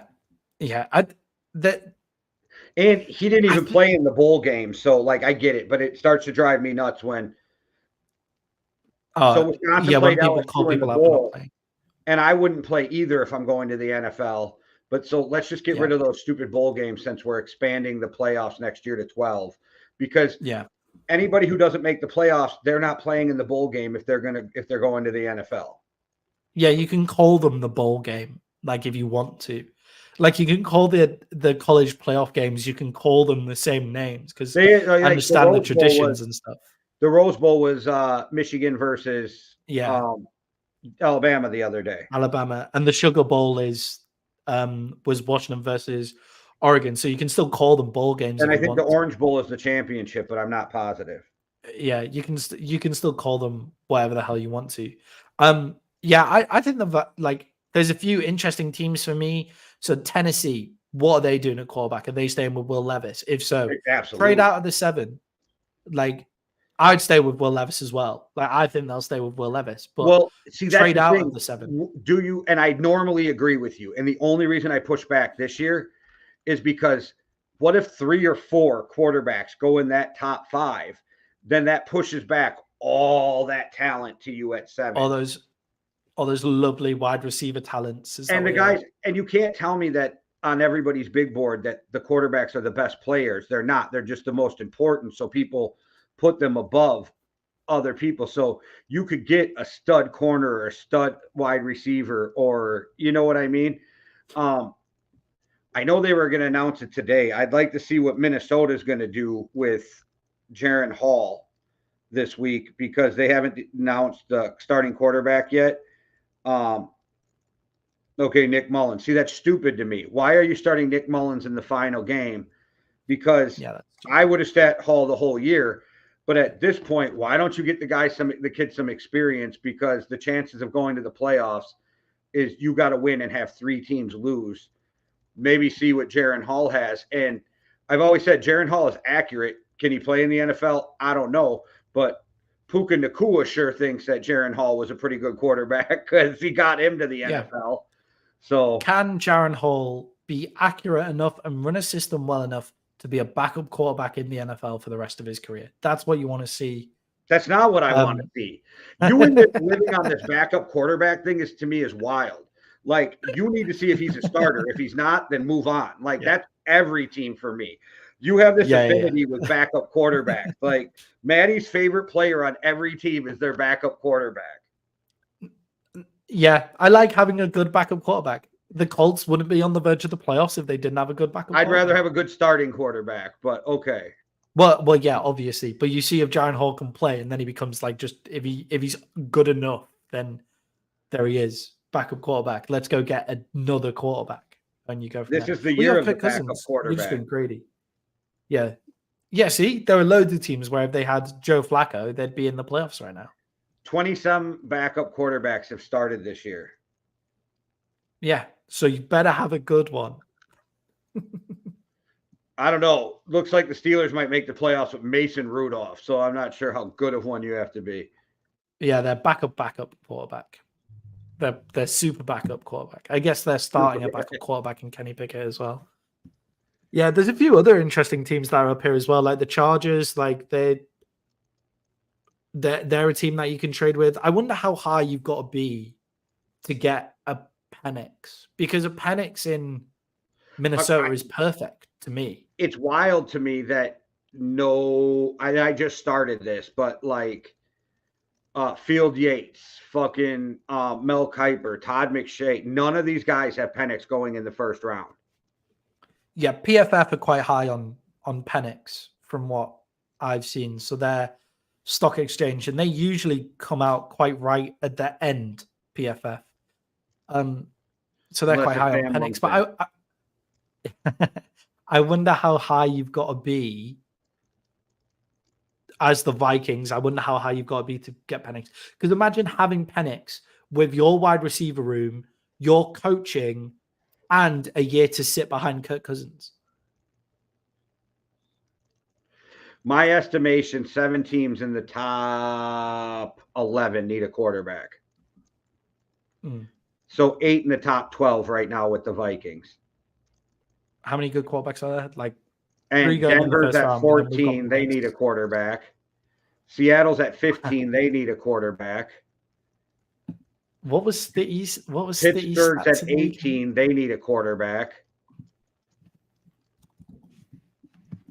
Yeah, there's going to be lots of movement, I think, for these quarterbacks. I also think people will be slating Penix and reminding everybody about his injuries going forward to make sure that he falls.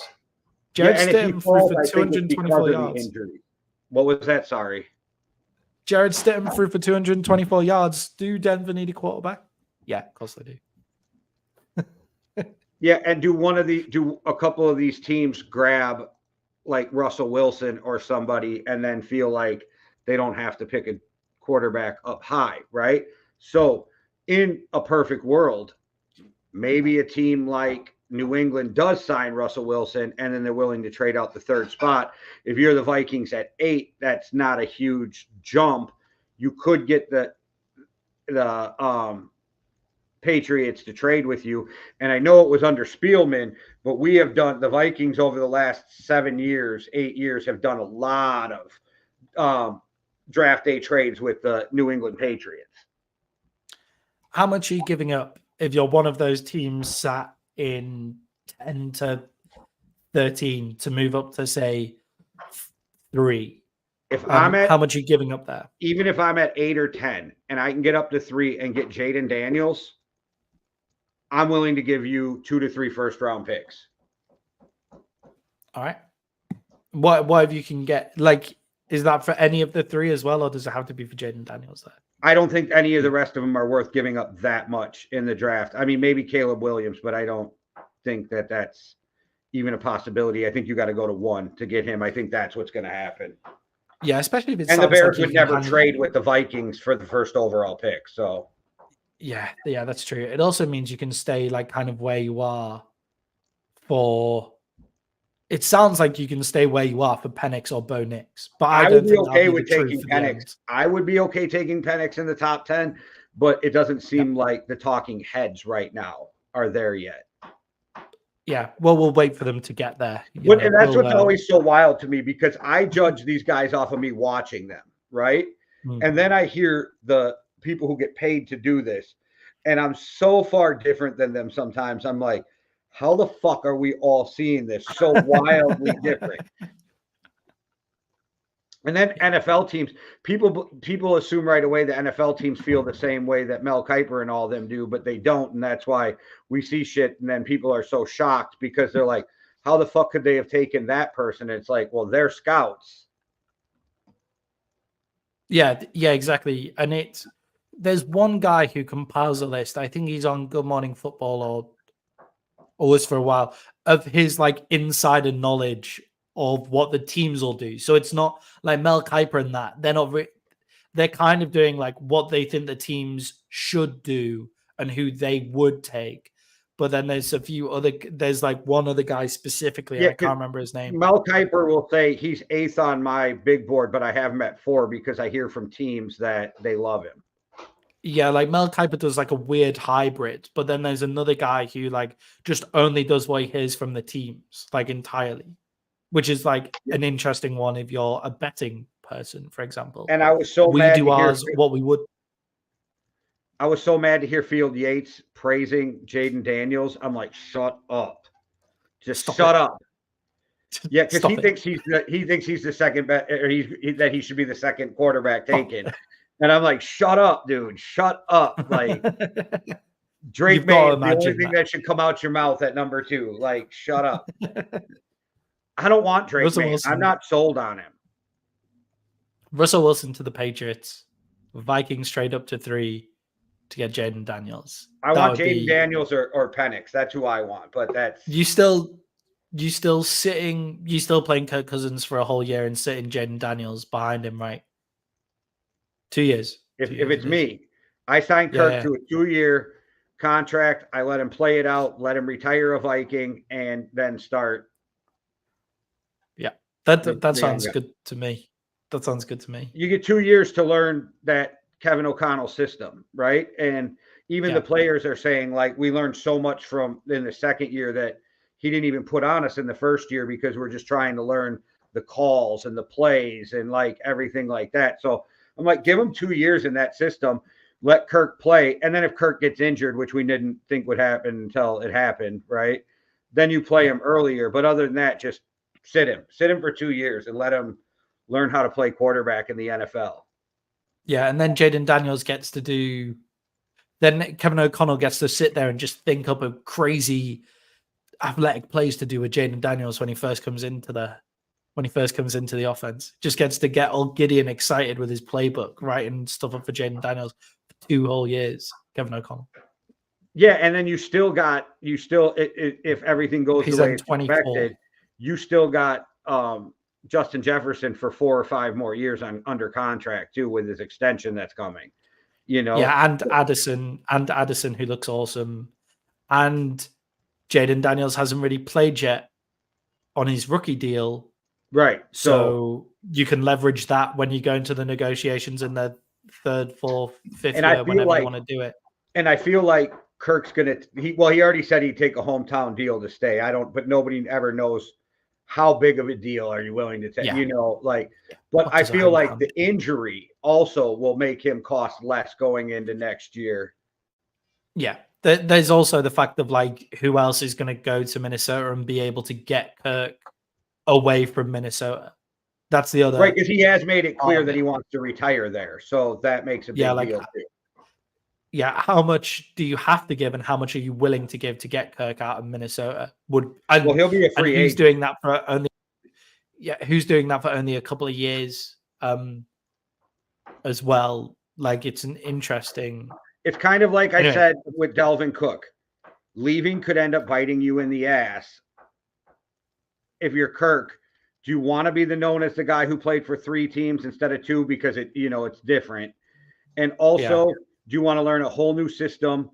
Do you want to leave a team that has an offensive line that stepped up and looked way better this year than it has in years past? Plus, you have JJ, you have Jordan Addison, and you have TJ Hawkinson all sitting there as weapons, and you're 35 going on 36. Do you really want to go to another team?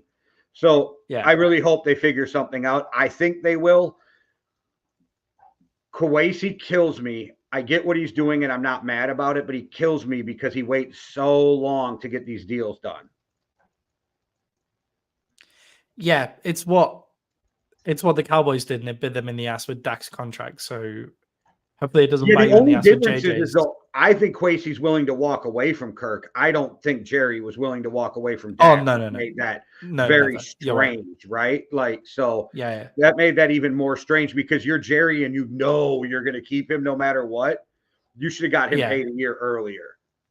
Yeah. And Dak was young, trying to get, but from everything I've read, Justin Jefferson and the Vikings had a deal worked out, and then Bosa got his deal, which reset the market, which made JJ want more than him, which put the contract on hold.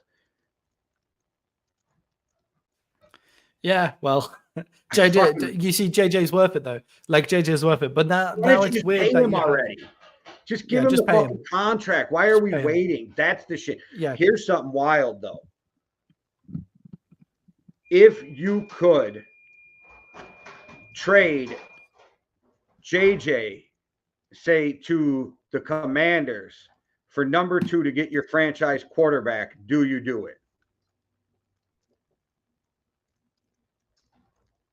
As a Cowboys fan, no, I don't want to see JJ in the NFC. Okay, But but let's if say I it's was the somebody Vikings, I know else I'm at joking. number 2, right? Like, no. If it was anybody, if I was the Vikings, would I trade JJ for the franchise quarterback?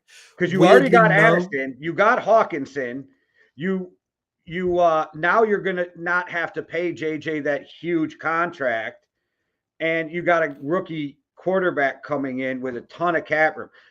I say no, but I do believe it's a legitimate question. It's a legitimate question that if you're doing your due diligence and you're a good GM, you should be asking yourself. For me, it's no. Largely based on I'm also going to have to give up something with that. I don't think they're going to give it up straight out because the Commanders are in desperate need. No, I'm just saying if you could, because the yeah. argument is you could trade JJ for 3 first-round picks. It's in the media. So that's usually what it takes to move up. So I'm just arguing the weird argument. If a team hypothetically would do it, I would only do it if I knew that I was picking at 8 and why is his name slipping me, but I could grab that fucking wide receiver out of Washington too to replace him. Oh yeah. It starts with an O, or it sounds like it starts with an O, but it doesn't. I forget, but whatever. If I could get one of those top receivers too, maybe I think about it, but it's hard to give up the best player at a certain position. Yeah, it's difficult as well because you've got Kirk Cousins for 2 more years, so you don't know what's the quarterback class going to look like in 2 years' time. As well, there's also the fact that do you it looks like if you don't get one of those guys, do you wait until the 4th and 5th round and take a guy like Rattler and see what you can do with him? See what you can do with Rattler, but you're also sitting. If you're sitting at 10, if you're sitting at 15, you can get. If you're sitting between 10 and 15, you can. It seems that you can get JJ McCarthy, who I wouldn't take that high. Me either. Bo Nix, who I'd think about taking that high, and Penix, who I'd take that high in a heartbeat. That scares me is that he fell off this year compared to last year. Bo Nix. Yeah, definitely. Odunze is the wide receiver for the Washington Huskies. I wouldn't do it unless somehow I could come up with my quarterback and Marvin Harrison Jr. I'm not doing it. Or Odunze as you if said. I could come up with, like, say, Jaden Daniels and Marvin Harrison Jr. out of that, then I do it. Like, if I feel like I could get that in the draft, but no. Yeah, I wouldn't do it. It's not worth the.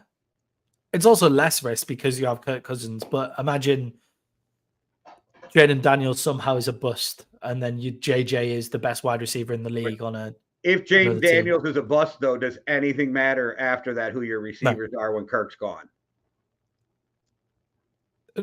No, you're right. It depends, like, kind of who you're. Somebody just threw. I don't remember who threw that out there, but it really. I had me like. Granted, I was pretty fucking high, but it really had me thinking about it one night. I was smoking a joint, thinking about would I make that trade?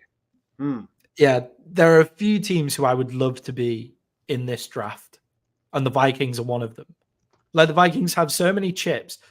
Now your defense is solid, and Brian Flores is there. You have so many chips to play with.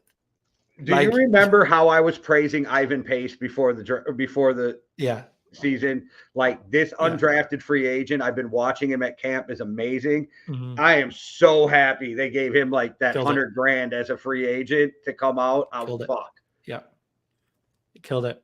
All because he's 5'10" or 5'9" or whatever, because he's too short to be a linebacker, which is so wild to me. Yeah, Klein played eight snaps on defense as well, didn't he?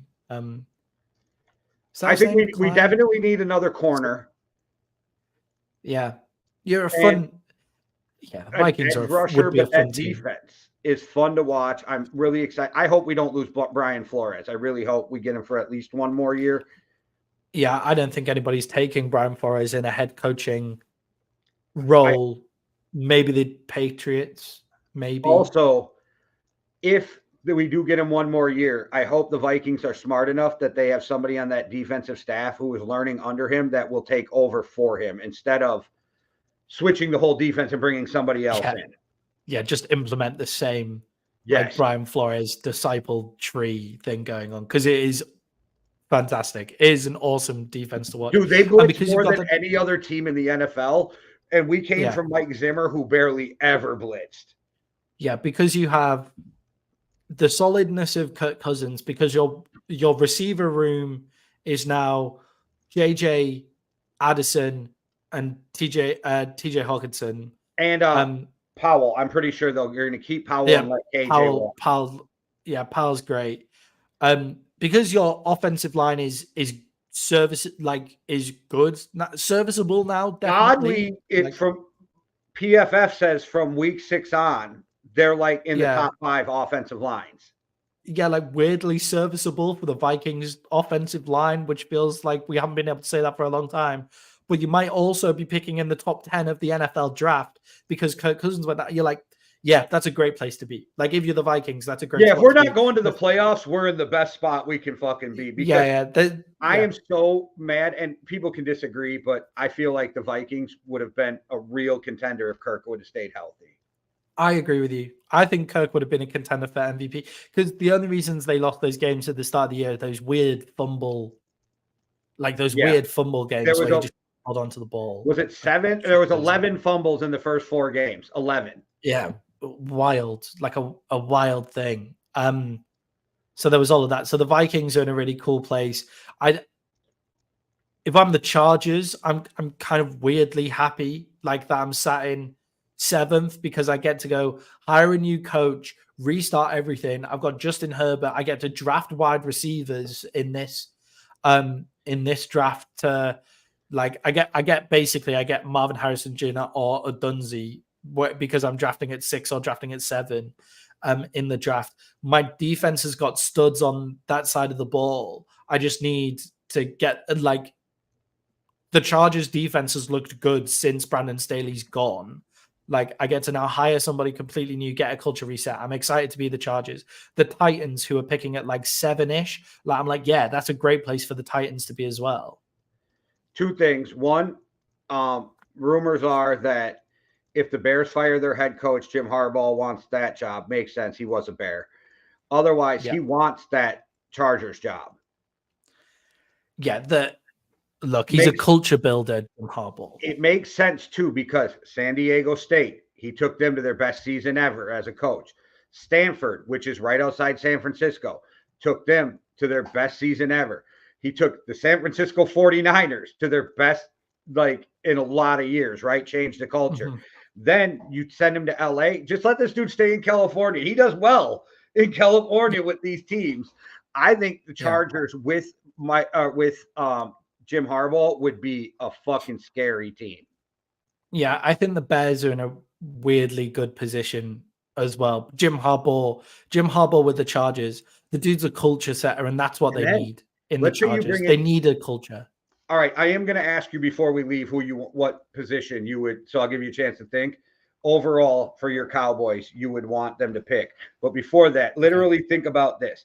If you had hired Jim Harbaugh at the Bears, you trade out of the first overall pick, right? You trade Justin Fields. And then mid to late first round, you draft J.J. McCarthy to play for Jim Harbaugh in Chicago. Yeah. He called him the greatest quarterback in Michigan history, and he played quarterback at Michigan. So did Tom Brady, right? But obviously Tom Brady didn't but that Drew Henson, Tom Brady thing made that thing fucking weird. But yes. Yeah. So, Harbaugh really likes this kid. So maybe that's something for the Bears, too. You can still trade out, get rid of Fields, and still get your quarterback for the future. And I think Tyler Baggett looks better with Jim Harbaugh as a coach than he does with fucking anything they got going on in. Yeah. But then maybe Justin Fields needs Harbaugh. This just popped in my head because they're kind of the same player. He did great with Colin Kaepernick. Yeah, I think if Harbaugh goes to the Bears, I think the Bears become instantly watchable because their defense, since I kind of shit on the Sweat trade a little bit saying, why are you giving away first round picks at this point? And I'm with you. We were wrong. We were wrong. Yeah. That was wrong. We were bad. Like that, we that were was wrong. Bad from us. Sweat we were looks wrong. good on that team. Sweat has completely changed their defensive line. They can now get pressure. Do their linebackers not look like better moves now that they put a pass rusher that we were screaming for from the beginning next to them? So I think they kind of got the process right, but in the wrong order, if that makes sense. Oh, yeah.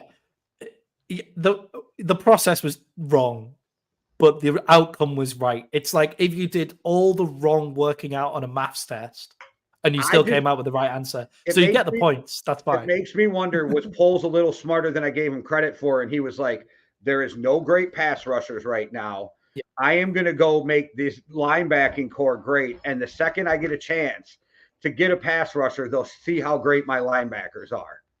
Yeah, and they're now getting pressure. They look fantastic. Unfortunately for them, it's what might save Eberflus's job. Yeah. Now, like that could be the issue. But if they got rid of. So Jim Harbaugh comes in there. He has this defense that's playing really well now. He's got options at quarterback with what he wants to do. He can make the quarterback position his own, and that's what coaches like. If I'm going to come in and make the decisions, I want to die by my sword. Like I want to make my decision at the end of the day. Like I'll listen to everybody else, but I want to make my decision.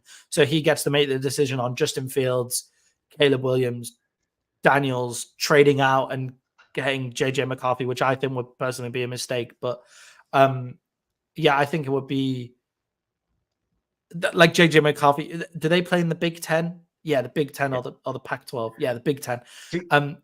If JJ McCarthy did it against the SEC, I would understand, but he's not. So I get what people say, but people forget that Penn State, Ohio State, Wisconsin, they all have some of the best defenses in the world right now for college football, and they play those guys. I would say outside of the SEC, the Big Ten is the best division, the second best division. Yeah. The only thing is, I watch a lot of Big Ten games, and I am really big on accuracy. McCarthy, JJ's pretty accurate. I just don't like. It's an eye thing because I'm not a coordinator. I don't feel like he reads the defense particularly well, which is what scares me about him. But maybe he's one of those guys because we've seen it with other quarterbacks that fit in the NFL better than they fit in college. Because he is a pocket passer who can move around, that kind of thing. Maybe he is because they run different schemes, and the offensive talent is so much better in the NFL that maybe he is a better quarterback with better receivers, better running. You know what I mean? I'm torn though because I want Michigan to win the national championship because it would be huge for the Big Ten, and as a Wisconsin fan, I'd love that for the Big Ten. But you know me, I'm a very big Penix fan. Big Penix fan. And I really want to see this kid do well, no matter where he ends up. I want him to end up in Minnesota, him or Jaden Daniels. But I want to see both those dudes do well, no matter where they land. Yeah. Oh, what if Penix ends up in Seattle? Washington to Washington. That would be really good for Seattle, and it would make that would be really good for Seattle. That would kind of make me sad because that's one of the few teams So the Eagles, the Redskins, and the Seahawks outside of the North are the three NFC teams I hate the absolute most. I hate Washington because they beat us in the NFC Championship game when I was a teenager. I hate the Eagles because they beat us and stopped us from going to the Super Bowl in our home stadium. And I hate the Seahawks because they always sign our fucking players that we cut. Fucking hate them for that. I always call them Minnesota West. Interesting. Yeah, that's interesting. West. That's the very similar, actually, quite a similarly put together team in some ways. Yeah. Especially under Zimmer and Pete Carroll, both defensive coaches, like they were very similar. Yeah. My issue with McCarthy takes me back to the Michigan against TCU game last year, where he was outplayed by Duggan. Like Duggan looked way better than him in that game. Like just from eye test, I was like, yeah, Duggan is better than McCarthy. And I'm sat there I can't not see that, I guess. is what I think. Like, I get you. If he goes to a good spot and is in a good system, like, great. But they're not the quarterbacks that you take at the end of the first They're round. rating him above Penix, which is wild to It's me. crazy. That's And maybe absolutely that unbelievable. changes by closer the draft comes, because you know how many times Yeah. if you go look at Field Yates, who I like, even though that's not his real name. If you go look at Field Yates's mocks from one to the one before the draft, they are so completely different. Why am I forgetting his name from NFL Network? Big fan, Daniel Jeremiah. Big fan of him too. Can't believe he is not a GM. That blows me away. He is so smart. His change so much too before they get there. I get that because they make a big board and then they start changing it compared to what they're hearing in the NFL. But this JJ McCarthy being so high, before I heard them talk about that, I would have never put him in the first round. And now I'm starting to feel like this kid's going to go in the first round with everything I'm reading. And just for anybody who didn't know, his name is Andrew Barry in real life, Phil Yates. So he changed it, Field Yates. He changed his name so he didn't steal the other Andrew Barry's name from the NFL reporters coming in. JJ McCarthy to me could end up like Sam Howell in the draft, where there's all this talk of like, oh, is Sam Howell a first round talent because what of round this, did because Sam of Howell that? get drafted in? I don't even remember. Fifth. Okay. Fifth. Yeah. No, I don't think he'll drop as far as fifth because obviously he played right, but I didn't even remember where Michigan he was drafted. in the NFC Championship. But like I could see him, this hype around him right now, because Sam Howell was first round talent, like, which he's played quite well in the NFL compared to the rest of that draft class as well. Like that draft class with Will Levis and do they keep him or do they draft somebody? They draft someone straight away. Like depends on who the head coach is, right? And the new GM. They're gonna just restart everything in Washington this year, just completely destroy everything and build it back up again. That's why it makes me wonder, does the new GM come in and go, we have so many fucking holes. Let's trade this number 2 pick away, get a ton of draft picks, and worry about a quarterback later. But the weird thing about the Commanders is, do they have that many holes? Like how? Like I know they've got an awful record. Yeah, they've destroyed themselves by giving away both Sweat and Young for picks. But okay, and if you're Terry McClellan, don't you want McClellan? Don't you want the fuck out of there now? Yeah, Terry McLaurin. Yeah, must want to go. But look, they've caused a few teams some challenges this year. Like Sam Howell kind of fell off a cliff. The offensive line is okay. I think most of their sack totals are because Sam Howell held onto the ball too long. So like the Commanders are okay. Their GM sounds like they kind of know. Their new owner, sounds like a good pick for them. He's from like an investment group. He's worth like 8 point something billion, and he's not even 60 yet, and is worth that amount of money. But he also owns the 76ers and the Long Island something, maybe. Josh Harris. Like that. I couldn't remember his name. I had to look it up. Yeah, Josh Harris. Yeah. He owns those franchises, so he clearly knows what he's doing. If I'm them, I'm taking a new quarterback at the top of the draft there. Yeah, I'm just saying I don't disagree with you. You never know when those GMs are going to come in and go, fuck it, we need way too much. Last thing before I ask you who you want the Cowboys to take in the draft and are way too early talk about the draft. With the Commanders, if they fire everybody, Eric Bieniemy and the Chiefs should get reunited. Yeah, it would be interesting to see if Eric Bieniemy becomes the head coach in Washington, but too much stuff, and their offense hasn't looked good enough. Yeah, they haven't looked good enough to deal with any of the other bullshit, and that's the argument. Considering the Washington Commanders turning a whole new page, new name, new owner, new coaches, don't want to bring up the shit with Eric Bieniemy either. Like all of that. I think Eric Bieniemy and the Chiefs do then get reunited. I think the Chiefs maybe miss his Like, would those wide receivers drop as many catches if Eric Bieniemy was going to scream at them when he made it when they got off the line? Is he an Andy? Like, because Andy Reid always says that my offensive coordinator calls the calls, but I have 100% veto power, right? Yeah, so, yeah, that's nice. Maybe he should be vetoing more of Matt Nagy's calls.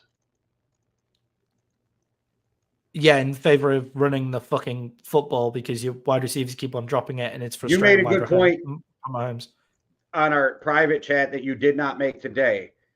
Pacheco and Cook in the same backfield would be fucking insane. Yeah, Pacheco and Cook would be a perfect foil for each other. It means that your wide receiver problem is negated because that good offensive line that you've assembled, you give them more running time, which then gives you more play action, which then gives you more open wide receivers for Pat Mahomes to hit. And you can gives play Travis Kelce more space. You can play them both at the same time because they both can play the slot.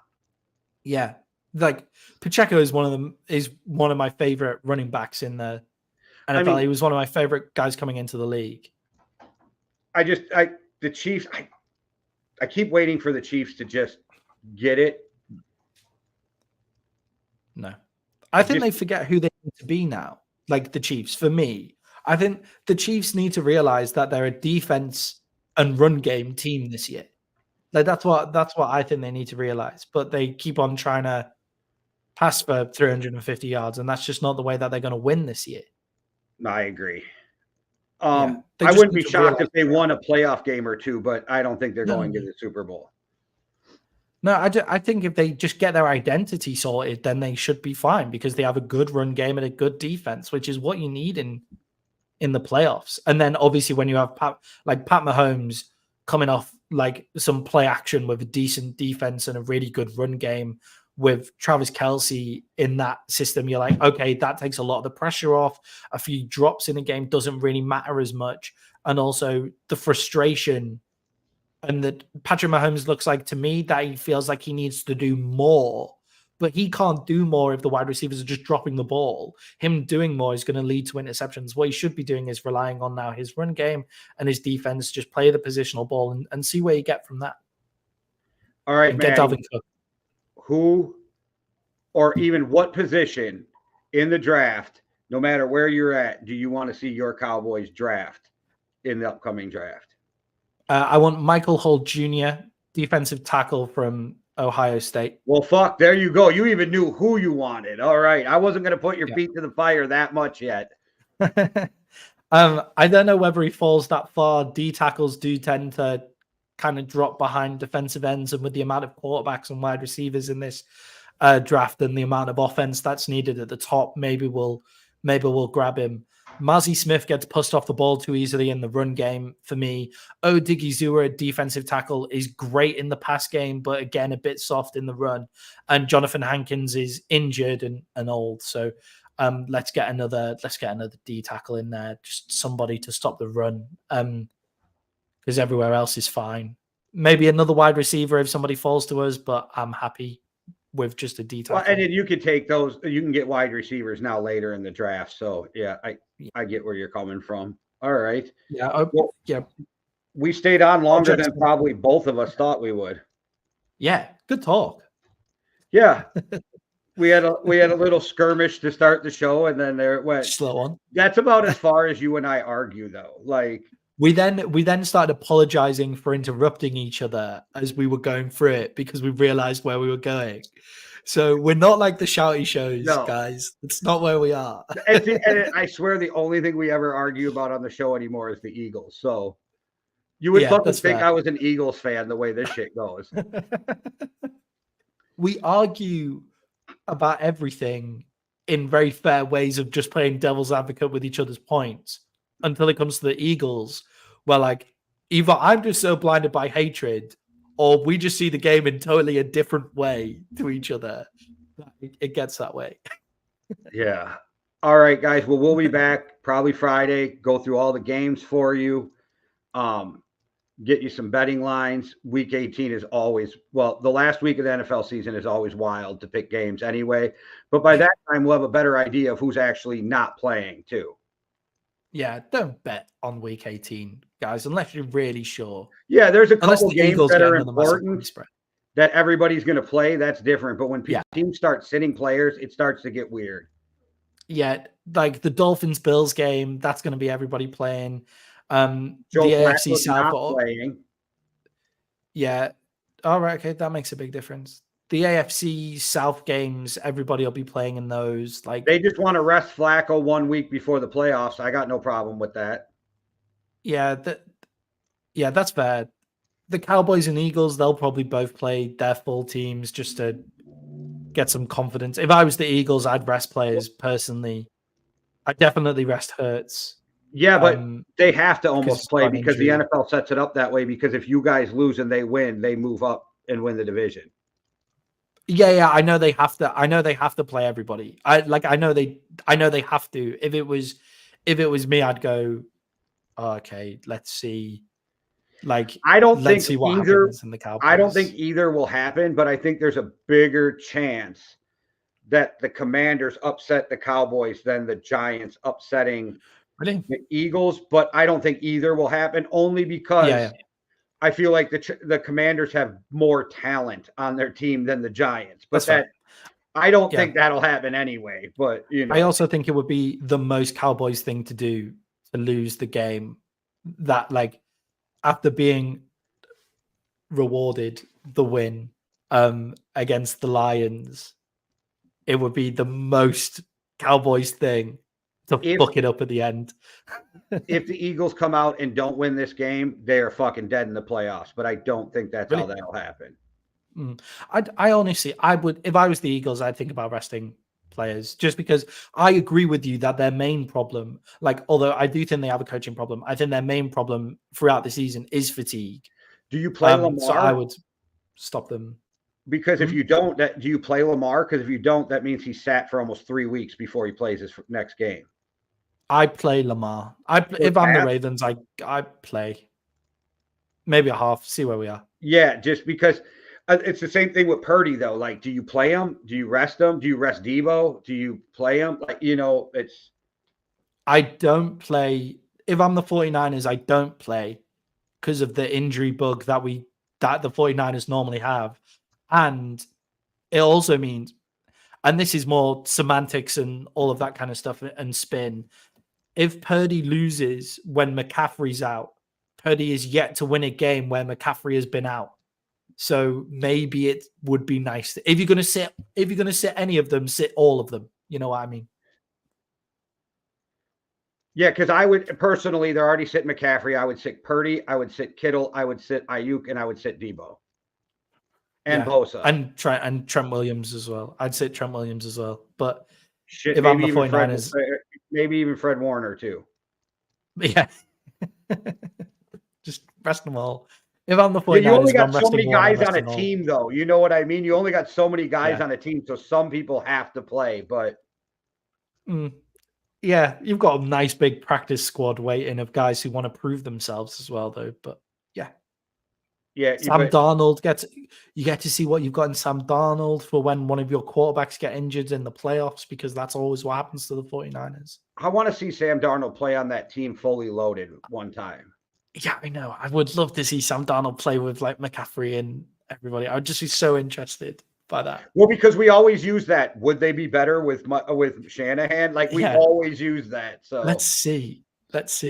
We've gone on for another. We said bye about 10 minutes ago, and we've gone on for another 10 minutes. Yeah. All right, everybody. Thanks for watching.